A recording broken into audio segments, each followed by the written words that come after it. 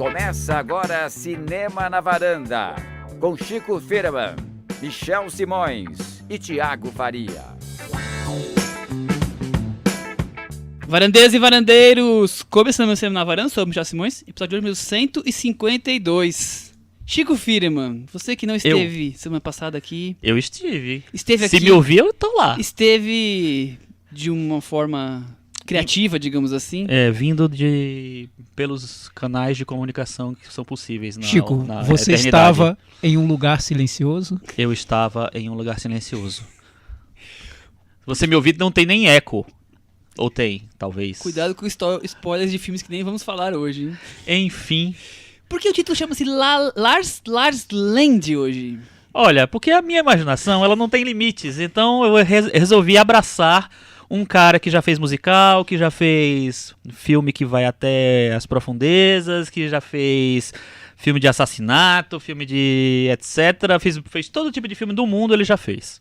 Que é o Lars von Trier. Muito bem, vamos falar de Lars von Trier, né, Thiago? Vamos com uma convidada muito especial. Trouxemos alguém que conhece esse mundo de Lars von Trier como Ela conhece ninguém, né? não só o mundo de Lars von Trier, ela conhece o Lars von Trier. Contatos imediatos. Tem contatos ali via Skype, digamos. Paula Ferraz de volta à varanda, bem-vinda. Oi, tudo bem, gente? Tô aqui.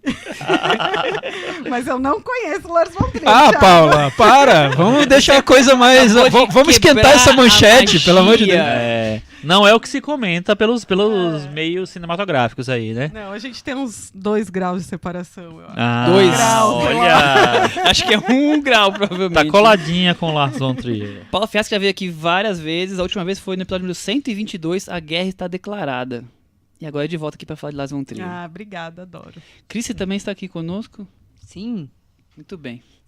Hoje, Thiago, vamos falar de Lars von Trier. Que mais? E vamos falar sobre o novo episódio da saga de Lisbeth Salander, a hacker mais perturbada do cinema, talvez. Millennium, a garota da Teia de Aranha. E não podemos esquecer que, além do Lars von Trier, vamos falar do filme novo dele, A Casa que Jack Construiu. Então, 3 temas aqui para debater, certo? Certo. Mas antes, queria lembrar a todos os nossos queridos ouvintes, participar das redes sociais, falar com a gente ao longo da semana no Facebook, no Instagram, no Twitter, colocar 5 estrelas pra gente nos agregadores de podcasts, iTunes e... Eu nunca fiz isso, eu tenho que fazer. Estamos Quando E Paula, acabar, vocês me ensinam. Paula, você sabia que nós estamos no Spotify? Sabia, isso eu Sabia. Sim. Estamos no Spotify. Vocês estão muito chiques, gente. Pois é. O cantinho do ouvinte fica no final do podcast. Vamos falar sobre a semana passada no finalzinho do podcast, para dar aquela quebrada. Mas antes, vamos começar já com Lars von Trier, né? Esse diretor dinamarquês aí, de 62 anos, famoso. Ele é um pop cult? Alguma coisa assim? Entre os diretores cults, ele é bem pop? Cult. Alguma coisa desse tipo, Paula? Eu acho que ele era, até esse filme, pelo menos, que foi super mal de bilheteria. Como assim? Paula, abafa o caso, Paula. Não tá fazendo sucesso todas essas essas 2 foi semanas? Mal. Acho que eleições deixam muito todo mundo deprê e o pessoal quer ver coisas mais animadas. Paula, acho que você podia contar pra gente, primeiro, como é a sua relação com Lars von Trier? Pra quem nunca ouviu, é bom falar que a Paula trabalha com cinema com a parte de... Conta pra eles. Eu faço RP, assessoria de imprensa dos filmes, e um dos meus clientes é a California Filmes, que é a distribuidora oficial no Brasil, digamos assim, do Lars von Trier. Então eles lançam todos os filmes dele desde Dogville. 2003.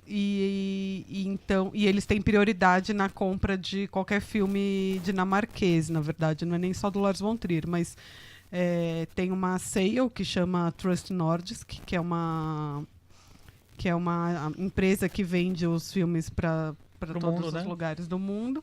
E a Califórnia é a distribuidora que mais lança filme dinamarquês no Brasil. Então, eles têm já um acordo assim, de cavalheiros, digamos assim, que antes de apresentar qualquer filme da Trust para alguma distribuidora, eles apresentam primeiro para a Califórnia. Se a Califórnia fala não, aí eles vão atrás de outra.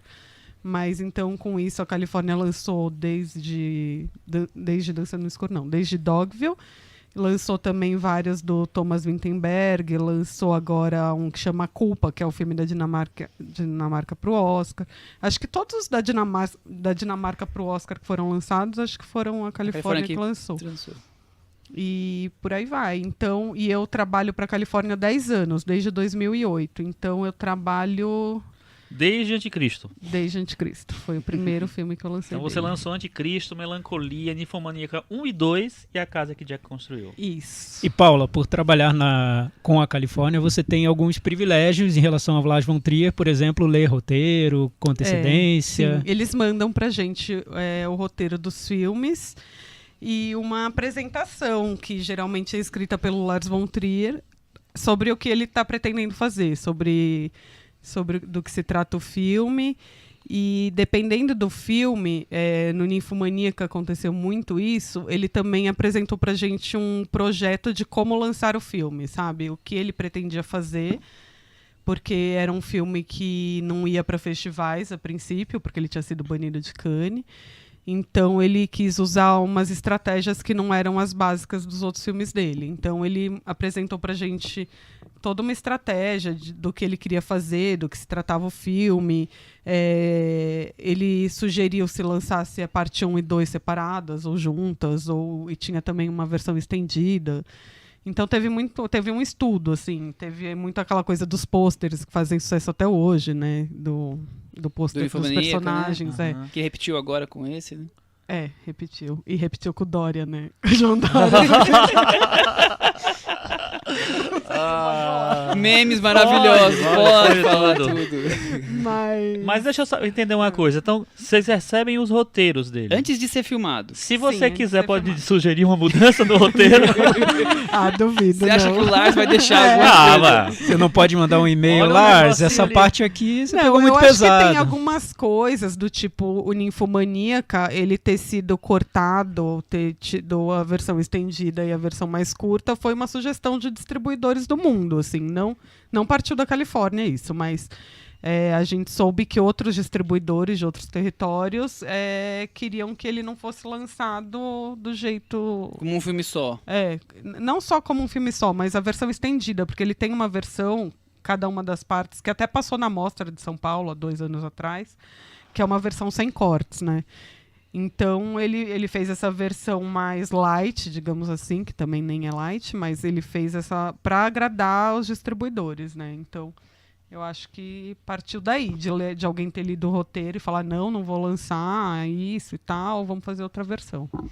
Ô Paulo, e você sabe de outros cineastas que fazem isso, que mandam roteiro e tal? Porque me parece que ele quer ter um pleno domínio de toda a linha de produção, divulgação do filme dele, né? É meio comum, assim, a gente receber o roteiro de quem trabalha muito, de quem trabalha sempre, assim, se é um próximo, diretor, né? Tem essa relação já. E muito filme é vendido no roteiro, né? Então a gente tem acesso ao roteiro dos filmes. É óbvio que nem sempre quer ler, entendeu? Tipo, falar, não, esse diretor, tudo bem, vamos lançar. Vou comprar e pronto. Não preciso.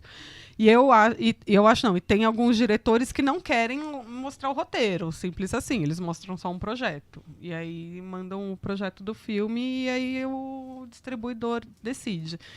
Mas o roteiro do Lars von Trier, ele é muito legal, porque ele vem cheio de foto, ele é bem explicadinho, sabe? É um roteiro legal, gostoso de ler, porque tem uns que são meio truncados, assim, fica só com um monte de fala e tudo. Então, eu acho que é um roteiro mais... Eu acho que ele faz pra mostrar mesmo, assim, sabe? É interessante. É tipo os filmes dele, né? Ele faz pra aparecer, né? Mas eu entendi o que... Mas ele é bem cerebral, né? O que a Cris perguntou de ter controle do projeto todo é que eu vejo muito o cinema do Lars von Trier muito além do filme que ele exibe no cinema. Tem todo um conceito, envolve um lançamento diferente para cada projeto, as entrevistas que ele dá, a maneira como ele exibe nos festivais, o prêmio que ele ganha, enfim, tem todo um acontecimento em torno dos filmes dele. É como se fossem instalações que ele lança de uma maneira espetacular. O filme é o mais importante, mas tem um algo mais aí envolvido, Sim, né? Tem. Eu acho que ele é um personagem também, né? Tudo, Paulo, ele é um personagem e ele veste esse personagem e vende, sabe? E E vem uma coisa mais ou menos que a gente já sabe o que pode esperar, assim. Por exemplo, no Ninfomaníaca, ele avisou que ele não ia dar entrevista, que ele não ia fazer nada, sabe? Então a gente nem chegou a pedir, nem foi atrás. Agora, no Jack, desde que começou a ser filmado, ele abriu o set, tanto que foi jornalista brasileiro lá pro set dele, assistiu uma filmagem. E depois ele ele se deixou super à disposição, tanto que ele fez Skype também com um jornalista brasileiro agora. Esse que eu mostrei até uma foto para eles, gente, eu não posso mostrar, né, nem pôr no Facebook, mas tem uma foto de um Skype do Lars von Trier que eu recebi, justamente disso, que ele estava super disponível na casa dele para falar com quem quisesse. Outra sabe? estratégia de comercialização do filme, né, de divulgação, digamos assim. Sim. E foi isso, ele falou lá em Cannes com todos, eu acho que eu indiquei uns 8 ou 9 jornalistas para falar com ele falou com todos, sabe? Foi super acessível. E é isso, assim, ele é uma pessoa que ele sabe da importância da imagem dele, sabe? Então ele sabe como vender isso de uma forma polêmica também. Nesse ponto ele me lembra um pouquinho o Almodóvar, que quando vai lançar um filme faz uma coletiva de imprensa e sai em todos os jornais na Espanha, vira um acontecimento. Inclusive o Almodóvar tem uma história que ele já escreve o texto e dá para alguns jornalistas publicarem, né? Porque ele... O texto da matéria sobre ele? Exatamente. Tem eu acho que eles são parecidos nesse sentido. É o que eu quis dizer do pop cult, quer dizer, ele tem muito mais do que simples do filme, ele tem uma persona famosa, um personagem de mídia, né, que vai e ajuda a vender o filme, claro, né? O filme do O Anticristo, por exemplo, eu lembro que teve muito essa coisa de vai ser o filme de terror do Lars von Trier. Eu não sei se vocês lembram disso, mas para mim ficou muito na cabeça, assim, muito marcante. E desde sempre ele mandava material pra gente que tinha a ver com terror, sabe? Porque ele sempre vai se comunicando com a distribuidora, mesmo que ele mande algumas coisas secretas, assim, sabe? Às vezes eles mandam umas coisas que não são pra gente divulgar. Criando atmosfera pra distribuidora. E dando ideias, sabe? Tipo, olha, solta isso agora falando que vai ser o filme de terror. Agora solta isso mostrando esses pôsteres do Ninfomaníaca, sabe? Tipo, toda hora. Isso acontece muito com o Major. Então, por exemplo, eu trabalhava na Warner, né? E na Warner já vem tudo meio que mastigadinho, assim, com data, sabe? Tipo, Harry Potter, sei lá, Animais Fantásticos. Ele vem já com as datas do que a gente tem que fazer em cada momento. E nos filmes independentes, isso é muito raro. Eu acho que o Lars é um dos poucos que eu vi agora, pensando, eu acho que é o único, na verdade, que eu lembro que faz isso tão bem, sabe? De ficar toda hora se comunicando, alimentando, falando o que ele vai fazer. Então, por exemplo, o Jack, a gente já sabia que ele ia tentar Cannes. O Ninfomaníaca, a gente sabia que ele não ia tentar festival nenhum, sabe? Então sempre tem isso do elenco também. Ele vai soltando uma pessoa de cada vez e falando um pouco do porquê ele escalou tal personagem, tal ator para cada personagem. E é que nem tudo a gente vai divulgando nos outros países, tipo no Brasil, sabe? Às vezes eu tô numa correria louca. Às vezes vocês acham que não vai atrair público interessante pra isso. Né? Mas a gente sempre dá uma coisinha pra um ou pra outro, sabe? Vai mostrando. Tipo, a Folha de São Paulo acompanhou muito essa coisa do Lars no Jack. Eles foram pro set, a gente soltou a primeira notinha sobre o filme, que foi um testemunho dele, soltou na Folha, sabe? Mas são coisas mais pontuais, assim. Só para ir criando e instigando o público, né? Isso, exatamente. Lars von Trier, como um bom manipulador, manipula a mídia também ao seu bel prazer, e tá certo ele, né? E o cinema dele? Tico, Thiago... Quem é Lars von Trier no cinema? Eu acho que ele é não só manipulador, como também um provocador. Sempre foi, desde o começo da carreira. Os festivais sempre foram o palco para ele concretizar esses espetáculos que ele cria para um circuito de arte, né? Isso que a Paula falou eu achei super interessante. Ele opera num método de blockbuster, só que para o público do cinema de arte. Então, ele fica ali no meio do caminho, usa estratégia de marketing de um filme da Warner para lançar Ninfomaníaca. É curioso isso. Mas o que é diferente também é que ele lança com mídia espontânea, que a gente chama, sabe? Não é igual o Warner que gasta rios de dinheiro. É um lançamento independente. Exatamente. Porque o Lars von Trier, ele é dono da produtora dele, né? Tudo, se você for pensar assim, no fim do processo, na ponta do processo, é quase caseiro o processo. A estratégia toda passa por ele, com certeza. Tudo passa por ele, né? E também ele tem essa tendência a envelopar os projetos dele dentro de séries, de filmes. Por exemplo, o Dogma era um movimento que ele criou em 95 com outros cineastas. Depois ele fez o que ele queria fazer a trilogia da América. Ele fez o Dogville, Manderley, seria um terceiro filme, mas ele não chegou a fazer. Depois os filmes que ele fez quando ele disse que estava muito deprimido, aí fez Anticristo, fez Melancolia. Então Os 3 primeiros ele chama de Trilogia da Europa. Né? Trilogia da Europa. Que é o Elemento de um Crime, Epidemia e o Europa. Agora ele está numa fase que ele fala que ele quer trabalhar com gêneros. Então ele fez o filme de terror dele, que é o Anticristo, o filme de fim de mundo, que é o Melancolia. O Jack agora é o filme de serial killer, então ele parte de um... Teve um musical. Dançando no Escuro. Dançando no Escuro. E a comédia, que foi o Grande Chefe. Né? Então ele diz que parte de um gênero, mas encontra ali o ponto de contato entre esse gênero e o olhar dele. E daí sai um filme bem diferente do que E se o que eu acho muito legal... Eu adoro, né, gente? Eu sou fã mesmo, assim. Não é que eu só trabalho, eu realmente gosto dos filmes dele. Eu acho que ele tem uma temática principal e que eu acho, assim, eu interpreto como ele fala muito sobre o mal, sobre a maldade em vários níveis. E em todos os filmes dele, em algum ponto, ele toca nessa questão da maldade, ou da maldade humana, ou da maldade do homem, ou da mulher, ou da natureza, mas sempre ele fala disso. E aí ele pega esse tema, que é um tema interessante, universal, que pode ser até religioso, se for pensar. E aí ele destrincha nos vários gêneros, sabe? Ou não, ou, por exemplo, no Dogville, que nem é exatamente um gênero, mas que também fala sobre a maldade, né? E, então, assim, eu acho que em todos os filmes dele, ele acaba meio que tendo uma tese sobre isso, só que cada vez falando de um jeito diferente.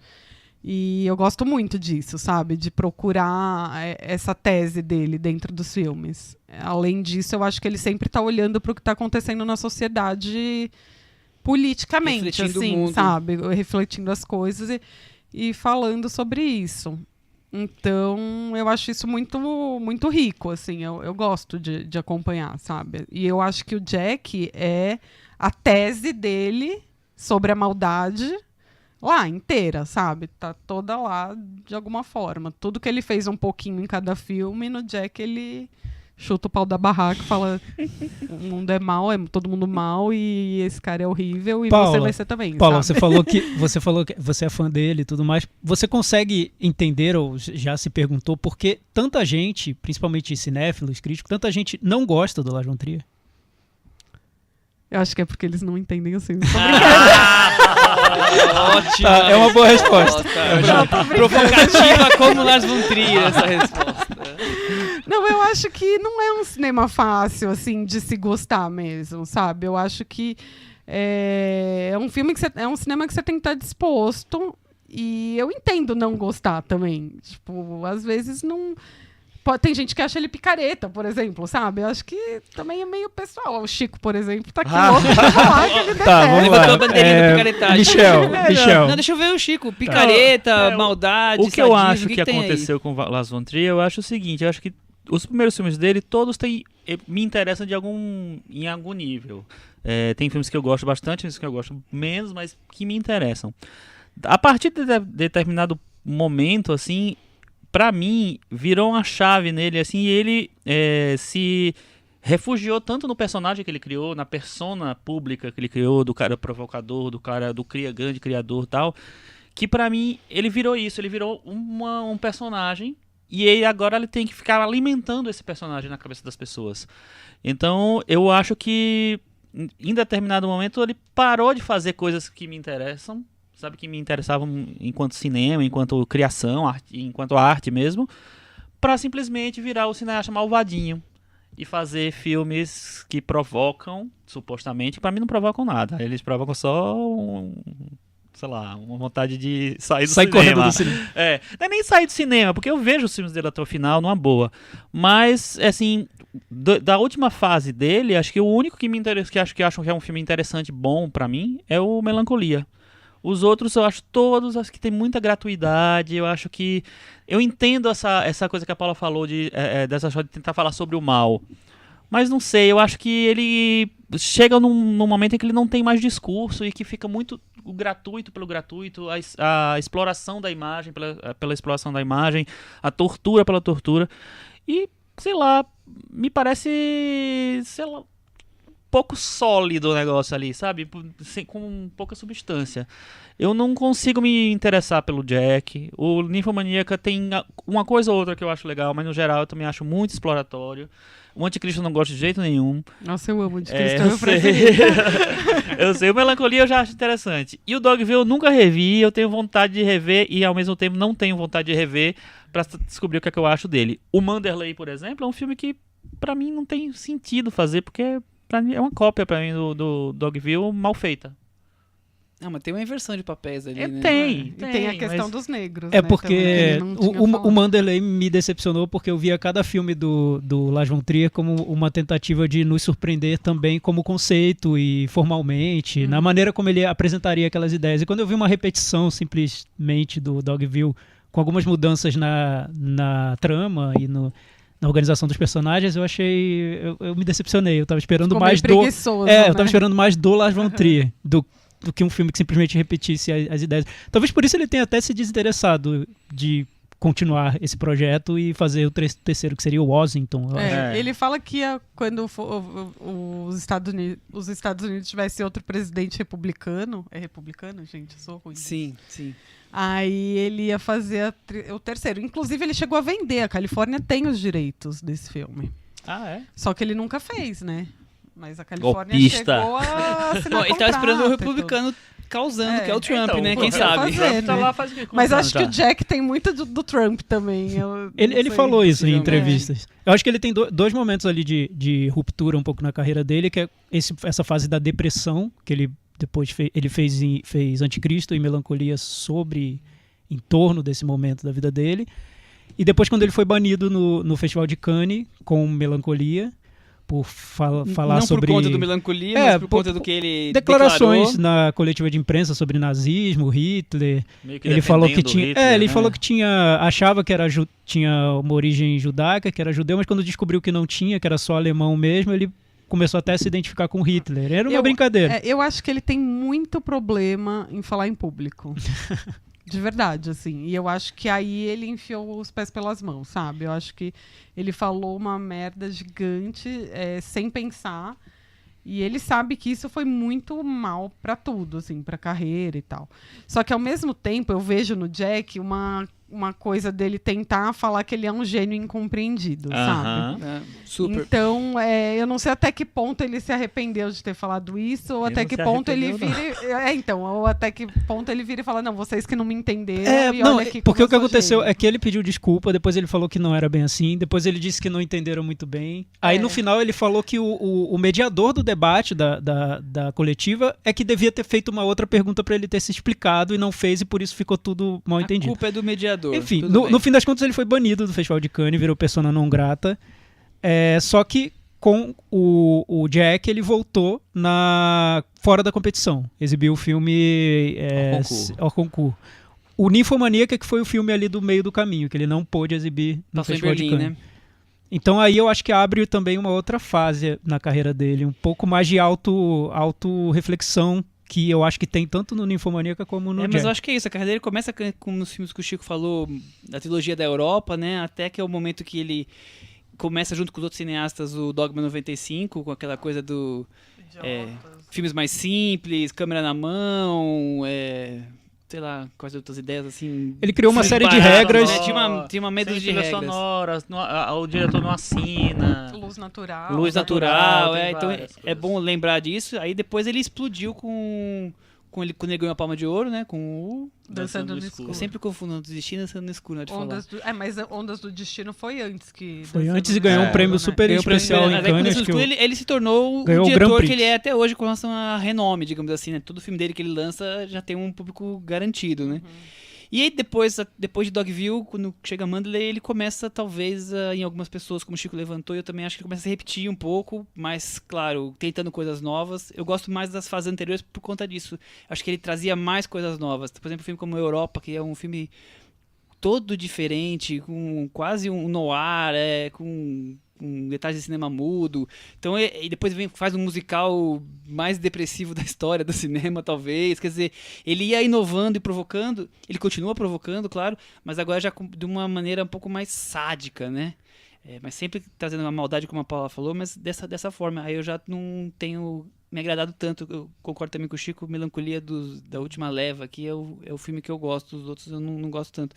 Mas eu acho curioso isso, né? Como ele consegue manipular para o seu próprio interesse de vender os filmes e trazer o público para isso, e coloca também a manipulação nos próprios filmes, né? Os personagens são muito fortes, são caricatos, são irônicos, mas estão ali sempre com esse propósito de manipula o maldade. espectador também. Com muito. certeza. E eu acho isso muito louco, assim. Quando eu vi o Jack a primeira vez, por exemplo, eu fiquei muito pensando na primeira cena, que é a primeira morte da Uma Thurman, Spoiler. Você fica, meu, mata logo essa mulher, sabe? Ela tá pedindo pra morrer, sabe? Então ela põe isso muito com o espectador, assim, porque eu acho que isso vem muito dessa tese dele. Ele quer provar que todo mundo é do mal, inclusive o espectador, entendeu? E ele põe você pra ir matar junto com aquele cara, entendeu? Eu vi isso na sessão do Jack, Paula. Do meu lado tinha um casal que passou o filme inteiro detonando o filme. Que absurdo, que coisa. E ficaram. Você notava que eles estavam muito envolvidos no filme, do início ao fim. Não era, que tédio, vamos embora, porque esse filme tá um porre, né? Não aguento mais ver isso. Não, eles ficaram envolvidos até o fim. Terminou o filme, eles detonaram o filme, acabaram com tudo. Mas eu pensei, poxa, é interessante, o Lars von Trier conseguiu deixar por 2 horas e meia esse casal que odeia o Lars von Trier grudado na tela. Ele atrai, né? Ele consegue isso, né? Eu acho que ele é muito, assim, essa parte técnica de envolver o público no que ele bem entender, com o ritmo que ele define. Os filmes variam em ritmo, não são todos iguais. É um talento que, pra mim, é admirável. Mas muita gente acha que ele usa esse talento pro mal. Sim. Que é uma manipulação que não leva a lugar nenhum, uma manipulação narcisista e arrogante, e que tá vazia e não leva a lugar nenhum. Muita gente acha. Tenho pouquíssimos filmes dele que eu não tenho achado interessantes, no mínimo. Muitos me irritaram e outros me surpreenderam do jeito que eu saí do cinema querendo detestar, mas Thiago não consegui. Não, e às vezes dentro do próprio Ninfomaníaca filme é um exemplo, eu gostei. Em um filme você tem vários sentimentos, sim, sabe? Sim. Isso é muito... não é qualquer cinema que faz isso, sabe? De você ficar... Você não fica indiferente, sabe? Impossível, isso com certeza, né? Ele manipula mesmo a ponto de você não ficar indiferente.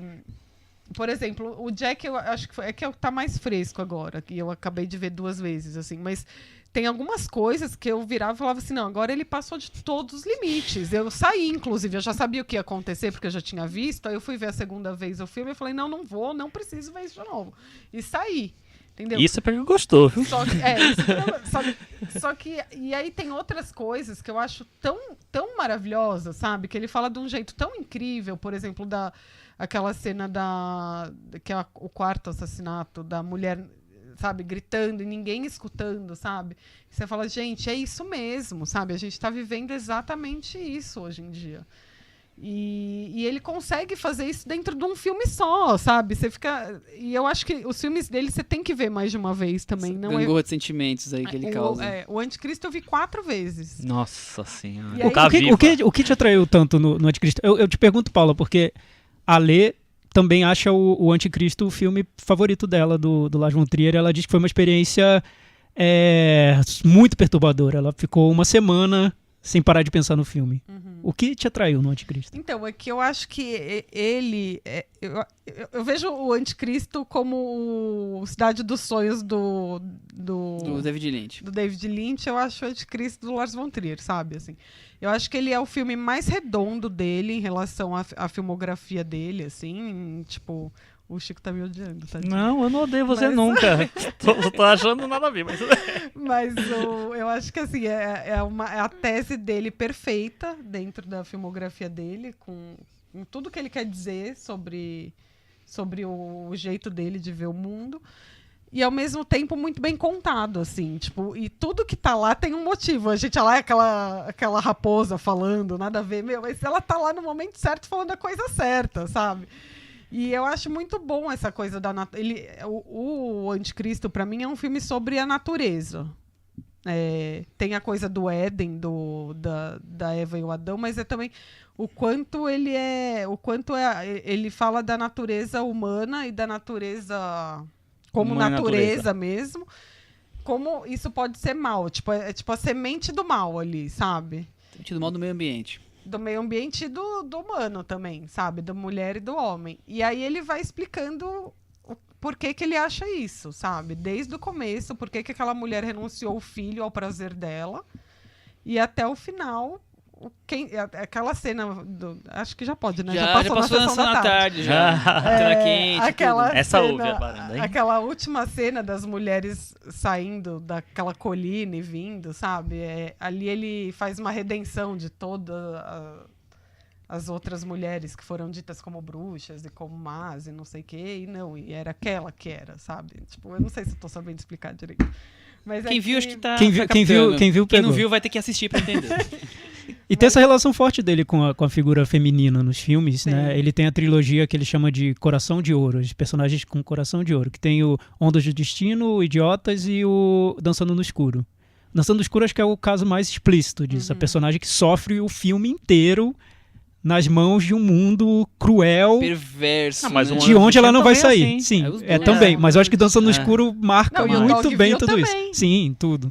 Só que, e todo mundo fala, ele é misógino, não sei o quê, olha o que ele faz com as mulheres. Aí quando ele pega um homem maltratando as mulheres, daí também é misógino, sabe? Porque no Jack também... Eu acho que ele leva essa provocação a um ponto tão incômodo que acaba para algumas pessoas não tendo volta mais, assim. Você para de gostar dos filmes dele e não tem como voltar. É como se você não gostasse dele e os filmes fossem ele. E isso me irrita profundamente também. Aí é uma análise da crítica no geral, assim. As pessoas deixam de analisar o filme como obra para analisar a loucura do Lars von Trier. Em todos os textos. É muito difícil você ver alguém falando do filme em si. Só do filme. Só do filme. Não que eu não acho que tenha que misturar, porque acho que nesse caso é um autor e que tem que misturar mesmo. Mas não é só um cara louco que tá fazendo loucura, sabe? E os filmes, eles têm uma coisa a ser analisada que é muito legal, sabe? Em todos eles, se você for assistir o filme e ficar pensando que cada coisa ali tá querendo dizer, o que ele tá querendo dizer com aquilo, é muito legal. E as pessoas só ficam, não, ele é louco, ele é psicopata, ele é isso, nossa, como ele é feliz isso, sabe? Nossa. Paula, e eu noto, né? mais que isso que você tá falando, eu noto em cada filme dele um esforço enorme pra fazer aquele projeto. São grandes projetos, não é um cara que tá lá batendo cabeça na parede. Em 2 meses não, sai filmando. Tudo bem, mas o Woody Allen eu não sei se é boa comparação, porque o Woody Allen, os filmes estão lá também redondinhos. Mas não é um diretor que tá aí batendo cabeça na parede, dá uma câmera pra ele faz a loucura dele e todo mundo bate palma. Não, você vê que são projetos muito bem pensados. A Paula falou, faz 4 anos que tinha o roteiro do... o Jack eu li há 4 anos atrás. Então, mas eu acho que ele chegou nesse ponto em que tem essa confusão muito grande entre ele e os filmes dele. O que eu noto nessa última fase, Ninfomaníaca e o Jack, é que ele tá explorando isso dentro dos filmes. Ele tá levando de um jeito até que eu acho bem radical. Era isso que eu ia falar. Pros filmes. Ele leva pro filme. Eu acho que difícil. Ele leva, mas não é só isso, sabe? Então, mas por exemplo, a gente já tá falando do Jack. Não, a gente não tá falando. Tem até top 5 de Lars von Trier. É verdade. Mas eu ia dar um exemplo citando o Jack. Então, Vou parar. Não, Exemplo, fala. vou poder dar um exemplo? Mas acho que não tem como não. Pode Não, falar. Tá, fala, Chico. Não, o Jack acho que tem- vale. Carreira uma do coisa- Lars tem Jack também, nós estamos falando da carreira dele. Não, e dentro do Jack está a carreira do Lars. Literalmente. É outro está. ponto que nós vamos chegar lá. Então, assim, tudo isso que vocês falaram dele, de como ele é visto, de como ele incorpora essa visão que se faz dele no cinema, está literalmente no Jack. Ele literalmente Encaixou tudo. quer explicar por que o cinema dele é de determinada maneira, porque a ficção que ele cria tem a crueldade como um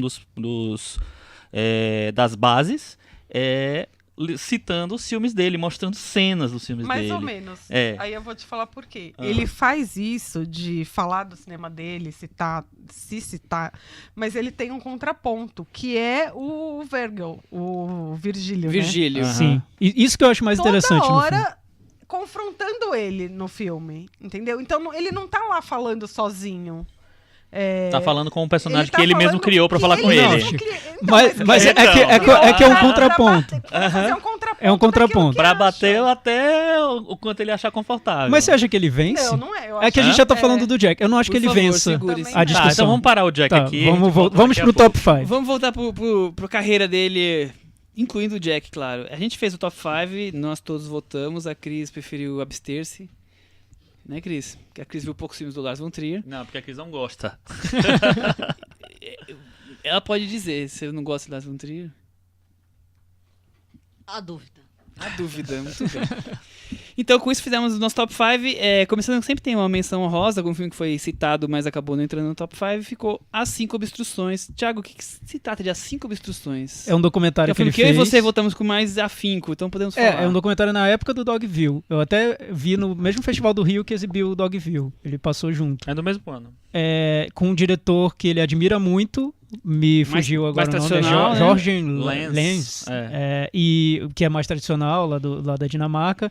Ele convida esse diretor e Que dirigiu um filme chamado As 5 Obstruções nos anos 60. e ele convida esse diretor e pede para ele refazer esse filme clássico dele, esse filme muito influente dele, mas refazer com várias limitações que o próprio Lars von Trier obstáculos, dá. né? Ele vai com obstáculos. colocando É isso. obstáculos na filmagem. É isso, basicamente. Tira tal coisa, É. agora faz tal... Enfia uma coisa no roteiro, quer dizer, ele vai criando ali. Agora você vai fazer como desenho animado. Aí ele tem que essas criar, coisas. inventar uma maneira de fazer o filme dele como animação. Então eu é isso, acho, ele eu dá acho 5 super obstruções. criativo esse É filme. Johan Lett. É Muito isso. bem. É um documentário. Aí o quinto colocado, a gente já falou ele meio que rapidamente aqui, é o Europa, que é um dos meus filmes da carreira dele, essa trilogia europeia, né? Acho que a gente já comentou um pouco dele. O quarto colocado ficou Melancolia. Chico, quer falar um pouquinho de Melancolia? Melancolia. filme de fim de mundo. É o filme de fim de mundo dele. Eu acho que é o filme que tem, sei lá, que ele tá... Pra mim, o discurso dele tem mais substância ali, a discussão dele dentro daquela família, de como toda a metáfora do fim do mundo, como o fim da família também, o fim das relações ali. Eu gosto muito do filme, eu acho a Kirsten Dunst maravilhosa, tem a Charlotte Rampling, tá maravilhosa também. Kiefer Sutherland, né? Não, é Charlotte Gainsbourg. Gainsbourg. Não, Charlotte Rampling faz a mãe das duas. Ah, é verdade. A Charlotte Gainsbourg eu acho ok. O terceiro colocado da nossa lista ficou Dançando no Escuro. Paula Ferraz. Vamos Comentários ouvir Dançando no Escuro? o áudio da Bjork que ela mandou pra varanda, falando da experiência dela quando dançando no escuro. Foi uma experiência tranquila de filmar Dançando no Escuro? Ah, não deu pra botar o áudio da Bjork. Falhou. Então, Dançando no Escuro foi um filme que eu não gostei quando eu vi da primeira vez e revi e gostei. Eu passei muito tempo pensando nele, eu achei... E o motivo pelo qual eu não gostei, eu lembro muito bem. E depois eu coloquei isso E em qual xeque foi? na minha vida. Foi porque eu achei muito exagerado no melodrama. E eu acho que foi muito longe demais no melodrama. E depois eu parei pra pensar e refleti. Ele queria Poxa, isso. ele queria isso, né? Na verdade, a limitação estava dentro da minha cabeça e não no filme. Ele tá exagerando de propósito. como ele faz Exato, isso era o muitas projeto vezes, dele. é. Então depois eu revi com esse propósito na minha cabeça. Com o lencinho do lado. Com a trilha já decorada, porque eu adoro aquele Nossa, disco, é eu maravilhoso. tenho, maravilhoso. E eu acho um grande filme, muito bom mesmo. Até o final, que eu achei, quando eu vi da primeira vez, eu achei tão... É tão didático até. Depois eu entendi e pra mim, a base do cinema dele tá nesse filme. Comigo aconteceu um negócio engraçado nesse filme, porque eu morava em Salvador na época que o filme foi lançado. O filme veio pra Mostra de São Paulo. Eu vinha todo ano pra Mostra nessa época também, né? Quer dizer, todas as épocas. Só que nesse ano eu tinha acabado de arrumar emprego, então eu não conseguia tirar férias. Então eu só consegui vir um final de semana, não consegui ver o Dançando no Escuro, nem o Elefante, que era outro filme grande da época que eu queria ver. Voltei pra Salvador. Aí o filme estreou no Brasil e demorou pra entrar em Salvador. Aí eu fiquei esperando. Nesse meio do caminho, o que acontece? Eu saio lá do emprego e venho pra São Paulo. Aí o filme já tava saindo de cartaz aqui em São Paulo. Aí eu Conseguiu ver. fui ver no Espaço Unibanco lá, finado, né, atual Espaço Itaú. E eu gostei muito do filme. Me tomou completamente. Eu tava nessa época super fã da Bjork também, então pra mim foi deleite puro, assim. Exato. Deleite. E eu lembro dela ter dito que jamais trabalharia com ele de novo, que foi um inferno fazer o filme, que ele era o demônio. Né? Não só ela falou já isso. Várias Não só atrizes. ela, verdade, Acho que só a Charlotte Gainsbourg que é maluca. E a Uma Turma gostou também. Tá aí de novo, né? Aí de novo, né? O segundo colocado foi Dogville, filme com a Nicole Kidman, filme diferente também, né? Essa questão do tablado, não tem paredes, e você tá vendo a maldade ocorrendo numa casa e na outra casa pessoas lavando a louça, simplesmente, como nada estivesse acontecendo. É o meu filme favorito, eu acho incrível. Foi um dos filmes que eu mais esperei na vida, assim, entre quando eu li a primeira crítica e consegui finalmente assistir. Foi um filme muito marcante. E que depois que eu vi o filme, eu pensei assim, acho que eu nunca mais vou conseguir ouvir Young Americans sem lembrar das cenas, as fotos que ele mostra no filme, e realmente nunca mais consegui ouvir Young Americans sem lembrar Ele daquele curte filme. pôr um David Bowie nos filmes, né? E tem a Lauren Bacall nesse filme. Tem, E o grande campeão, Thiago Faria, Ondas do Destino, foi o nosso escolhido aqui como o melhor filme de Lars von Trier. O início dessa fase das heroínas de Coração de Ouro. Eu não sei se tem algum antes, não. Eu acho que é o primeiro, o Ondas do Destino. Não tem nenhum Eu acho antes. que Eu não, acho que é o antes não tem primeiro. não. Antes é o Europa. Sim. E os mais Os outros antigos. anteriores. Não é o que o Lars von Trier mais típico. Eu acho que o típico se constrói com Dançando no Escuro. O que viria depois, acho que tá construindo ali. Mas Eu acho que já tem muita coisa você acha? ali. Eu Eu acho que tem também um tem. Eu propósito. acho que já é quase, já. Já tem a Mas maldade, desse a lado crueldade. formal, eu penso um pouco nesse lado formal dos filmes dele, de querer Mas- transformar tudo num grande espetáculo, na maneira como ele apresenta o Mas filme. tem, eu acho. Não tem uma coisa de mostrar o céu, Tem, aquela tem, coisa. Eu acho que tem, tem já sim. tem. É que eu Mas noto assim- algo mais puro até. Eu acho que tem uma mudança no Ondas do Destino, porque até então, o Europa... Eu nunca tinha visto o Elemento de um Crime, eu assisti ontem. E ele tem, visualmente, é muito parecido a proposta com o Europa, né? É um filme todo filmado numa luz lá que deixa tudo muito amarelo. E é um filme no ar também, tem uma coisa de ficção científica e no ar ao mesmo tempo. E assim, ele gosta de mostrar muito técnica ali, então tem muita fusão, tem muita imagem truncada, o elemento de um tá. crime. Tem muito efeito, muita truncagem e tal. E o Europa também tem muito disso, né? O Europa, quando eu vi, eu gostei bastante, mas assim, hoje eu não sei exatamente o que eu penso dele. Enfim. Agora você tem preconceito e não quer gostar mais. No Ondas do Destino eu já acho que ele traz uma coisa mais tem um personagem mais dramático, vamos dizer assim. Ele pesa mais no humanismo, ao contrário, talvez. Tem um lado humano no filme.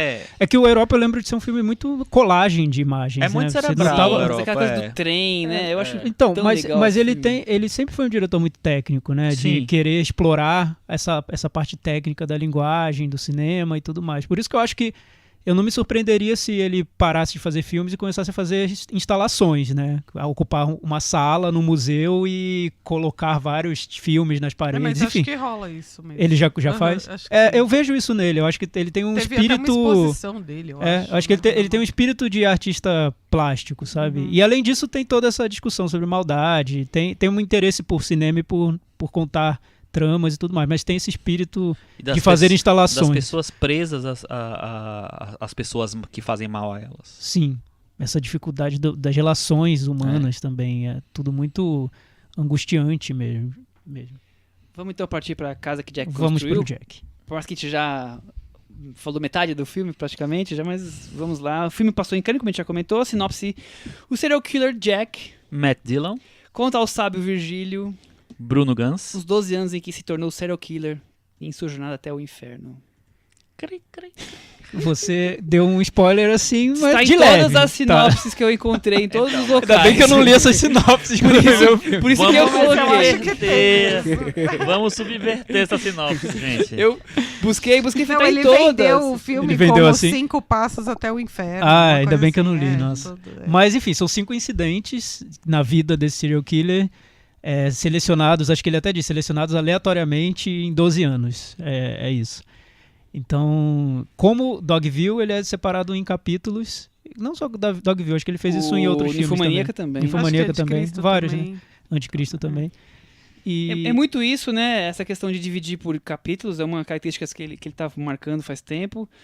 A violência sanguinária também, talvez hoje esse seja o mais explícito, mas Anticristo acho que talvez não tenha tanto sangue, mas tem aquela coisa de deixar consumido senhor. pelo... É porque o tá sangue era em doendo preto e mim. branco, filho. Então, talvez por isso. Não, é colorido. É colorido, né? É verdade. o sangue Mas é tão colorido. escuro o Anticristo, né? É que Anticristo tem uma coisa meio de fábula, assim, eu acho, um pouco, né? Ele tenta fazer uma Não, mas coisa... esse- a narrativa que ele faz em off não é um tom de fábula? Esse filme, inclusive, tem. O Nesse? Jack tem também. O Dogville tem também. Eu acho mais uma terapia, uma coisa... Ele tem muito essa coisa de fazer uma... Ele ironiza muito a psicanálise, né? Mas isso veio forte no Ninfomaníaca. No Anticristo também. O no cara era Anticristo também. psicólogo, era tá. Tudo bem. psicanalista.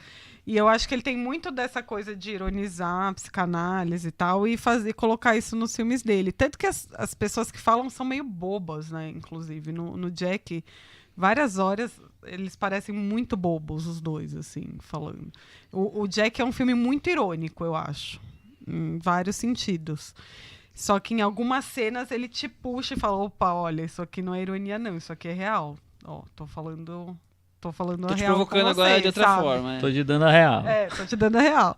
Então, ele tenta fazer essa ironia do começo. Muita gente ria na sua, foi? Muita gente rindo. Muita gente riu. Na cabine de imprensa, as pessoas deram muita risada. E aí, ele É um brinca humor muito. sádico, né?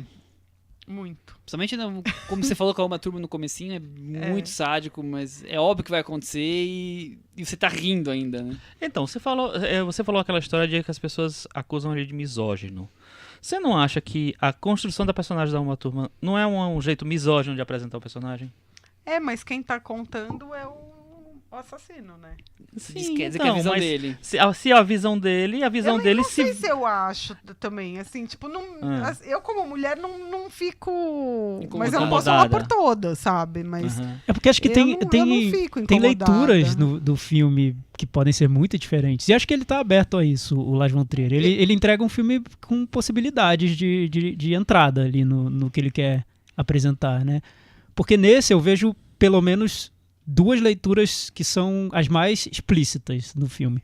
A primeira, que é um filme sobre um serial killer, contando eventos da vida do serial killer. Então ele mata pessoas durante o filme. E é isso, e acabou. E eu me surpreendi com isso, eu acho que ele funciona como um filme de serial killer, porque eu senti uma angústia enorme na maneira como ele constrói essa trajetória de um personagem que é totalmente insensível, mas ao mesmo tempo é inteligente. Tem uma história de vida que o filme mostra e apresenta. E ele tem essa coisa metódica, ele tem toque, né? Mas aí psicopata tem, né? Que ele quer matar de um jeito quase como se estivesse compondo uma cena. Enfim, essa é a primeira leitura, que é a leitura de um filme sobre serial killer.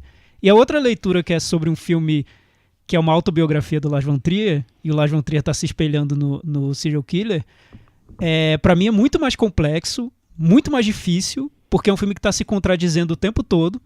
E aí você inverte tudo que você viu nessa primeira leitura, porque, na verdade, o diretor está se colocando no papel de um serial killer, né? Ele não... Nada do que ele fala é confiável. Ele é o narrador menos confiável, menos... É o que a gente não consegue ter... Pelo menos eu não consegui ter empatia pelo narrador. Eu não consigo virar e falar, olha, o Lars von Trier está fazendo um filme misógino. Não. O Lars von Trier está fazendo um filme misógino porque ele está criticando a maneira como ele filmou outra coisa, ou a maneira como ele se relacionou com algumas atrizes, ou a maneira como ele é na vida. É um filme de autocrítica intenso do início ao fim, sem parar. Então, eu não acho autocrítica. Eu acho que ele sugere que vai fazer uma autocrítica, ele sugere fazer um meia-culpa, e na verdade, assim, mas na verdade tudo bem, né? Não tava. Assim, Mas não você acha tinha que tudo culpa bem? nenhuma, eu não acho. Chico. Eu não Eu consigo acho. ver o tudo bem. Posso dar um mega spoiler, gente? Você não viu, pula aí uns 10 Segundos. Eu acho que se o Jack sobrevivesse, sim. Mas Eu ele também, mata eu também o cara. Tipo, E eu mata acho de um jeito- isso muito otimista até na cabeça dele. Otimista? Otimista, porque ele mata o maldoso lá. O maldoso se afunda na... Se ele conseguisse passar pro outro lado e chegar no mundo real, aí sim ele ia ser um... Acho que esse filme é até bem positivo, assim, sabe? Fala, olha, o cara morreu, entendeu? Ele Eu se não ferrou. vejo assim. Eu vejo como E eu ele acho simplesmente. que essa cena, quando eu vi a primeira cena, eu falei assim, olha que filho da mãe, ele tá querendo que a gente mate a mulher junto com ele, sabe? Uhum. E que foi muito... O Dogville tem muito isso, porque ele constrói um mal total, que no final, quando ela chega lá e mata aquelas pessoas, você fala, mereceram, uhul! Mata mesmo todo mundo, sabe? E ele faz isso brincando com o espectador toda hora. Ele quer pegar na mão do espectador e falar, olha como você é imbecil, sabe? Eu acho que ele trata assim as Mas será que ele já não pessoas. fez outras vezes e você já tá acostumado e preparado que já não é mais talvez tão chocante? sei, Pra, eu pra não- mim não eu foi não. nada chocante, por exemplo. Nossa, Como- pra mim foi muito. Como você acabou de falar de Dogville então. e eu vi isso em outras vezes, Dogville é a mais clara referência, eu já falei, não, tudo bem, eu já entendi onde ele quer chegar com isso. Agora, por exemplo, o que me incomoda um pouco é essa ideia de transformar personagens em tão caricatos que são características básicas, perfeitas pro que ele tá querendo dizer. Quer dizer, as pessoas não têm nuances. Então a personagem é a chata, ela é chata. O personagem é burro, sabe? Assim, é muito, em todos os Mas aspectos. quais? Eu acho isso tão... Não, eu acho- ela Não, sim, mas eu concordo. todos eu acho que tem uma personagem que é a mulher insuportável, que merece morrer. Tem a outra que é estúpida, a dona de casa basicona, que não sabe que não. A loura burra, vai, não tem digamos nada. assim. Tem a prostituta que. X, ninguém se importa com ela mesma e tal. Assim, quase todos têm, teoricamente, um motivo para morrerem. Então, eu acho que, assim, ele lança que ele tá fazendo uma autocrítica, mas no final ele tá justificando tudo que ele fez. Eu não acho Eu que Mas, ela Chico, tenha. eu concordaria com você Um se no motivo. próprio filme não tivesse um momento em que o outro narrador vira pra ele e fala por que as mulheres são todas estúpidas? É um filme que tá sempre se colocando em xeque a todo momento. Não dá pra acusar o Lars von Trier de não saber que você tá o criticando por esse motivo, entendeu? Mas ele sabe. sabe. E ele tá. E o sabe. filme é justamente essa crise dele como artista. Ele tá colocando o cinema dele, o que acham do cinema dele, como veem o que ele tá fazendo, em discussão o tempo todo. Eu não consigo ver algo inocente, não é inocente, não, mas algo tão sádico como vocês estão dizendo no Eu filme. vejo. Porque se não tivesse o narrador toda hora colocando o personagem na parede, e por consequência o próprio Lars von Trier, eu até veria. Mas o filme tá todo em crise o tempo todo. Não sei. Pelo menos foi o que eu vi. Eu acho também. Não sei. Eu acho que a parte... Tem um momento que eu achei, assim, que eu pensei, aí eu acho que ele foi exemplar no que ele estava querendo fazer, porque ele coloca o personagem do serial killer fazendo aquele discurso típico que se espera do Lars von Trier e que os críticos dele esperam dele, que é falar, nossa, esses movimentos feministas, que bobagem, né? Hoje em dia o homem é vítima de tudo, como se ele estivesse criticando o Me Too e tudo mais. Então uma leitura rasa do filme, a pessoa vai ver o filme e falar, poxa, olha o Lars von Trier falando besteira do lado dos republicanos, mas quem tá falando é o serial killer, entendeu? Exatamente. Isso já coloca o texto numa outra dimensão. É o homem, O malvado tá serial falando killer, isso, que é o homem malvado. Exatamente. Enfim, eu acho que é um filme mais complexo. Ele pegou um homem e colocou como protagonista fazendo merda, sabe? E você vê ele fazendo merda.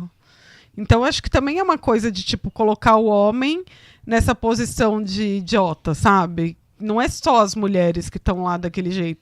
E eu acho muito pelo contrário. Tipo, aquela loira lá, que é a loira namoradinha dele lá, eu acho triste, mas eu não acho ela burra, eu acho triste aquilo. Aquela cena dá vontade de sentar e chorar, assim. Eu acho que, tipo, aquilo lá, ele vira e fala, olha lá, ele se sente sozinho, todo mundo, tipo, pra ele é isso, sabe? Ninguém tá se preocupando com ninguém, grita, pode gritar, aquela cena sabe? tá explícita que a indiferença impera, né, na visão dele de mundo. Exatamente. E Mas eu achei seja, sabe? eu achei exagerado pra conseguir um resultado. Inclusive com a polícia ali, sabe? Com Mas tudo, mas ele mostra você, que nada mas eu funciona. entendo essa crítica Michel, que você tá fazendo se você encara o filme por uma chave realista. Sim, Eu não sei se claro. ele quis fazer um filme realista. Eu Não, acho ele que nunca acho, quer em fazer um nenhum filme momento, realista, né? Ele Acabamos queria de falar fazer dele, personagens Ondas do humanizados. Destino, Dogville, nunca é um filme realista, né? É, gente, não eu consegui não sei se dá pra falar realista, mas assim, no fundo tem ali uma coisa muito de sair da camada cinematográfica e ir pra vida real, pra falar dele, pra falar dele de si mesmo, pra discursar sobre o que ele fez, se justificar, fazer o meia-culpa, que eu acho que não é o meia-culpa direito, enfim. Eu acho que ali ele para de fazer ficção pra mim e vai falar dele, sabe? Quando vira um negócio muito egocêntrico, muito ególatra, eu acho que me perde completamente, assim. Teve uma hora que eu já só esperava a hora de acabar o filme. Tava entediado. Porque acho que aí os interesses são diferentes. sim. Eu me Também surpreendi tava por entediado. ter me interessado tanto pelo filme, porque, imagina, eu entrei no filme já pronto pra não gostar. Porque, imagina, hoje a gente conversa aqui na varanda mesmo sobre Lars von Trier e o primeiro comentário é, ele se perdeu, né? Sim. Era um diretor muito bom nos anos 90 e no início dos anos 2000 e agora não faz nada que preste. Não, realmente, acho que ele tem altos e baixos, assim. Eu não acho que tem. Né? Mas me impressionou muito nesse filme, e sendo sincero, porque nem eu esperava. Pra mim teria sido mais fácil não ter gostado e ter dito que diretor, que cara autoritário, ególatra, enfim, tudo que falam dele. Mas me impressionou primeiro esse vigor que eu vi no filme, criativo mesmo, do que ele quer passar e transmitir, e como ele se analisa com profundidade, com franqueza mesmo. É muito difícil se colocar na parede do jeito como ele tá se colocando. Pra quem quer também chegar nesse nível da discussão, porque acho que muita gente nem vai querer chegar e vai ver como um filme sádico de serial killer e vai embora do cinema. Mas o jeito como ele discute o próprio cinema dele, por exemplo, cada cena em que ele encontra uma personagem feminina, você pode interpretar como a maneira como ele lida com as mulheres na vida, como ele lidou com as atrizes, que foram histórias super complicadas que todo mundo conhece.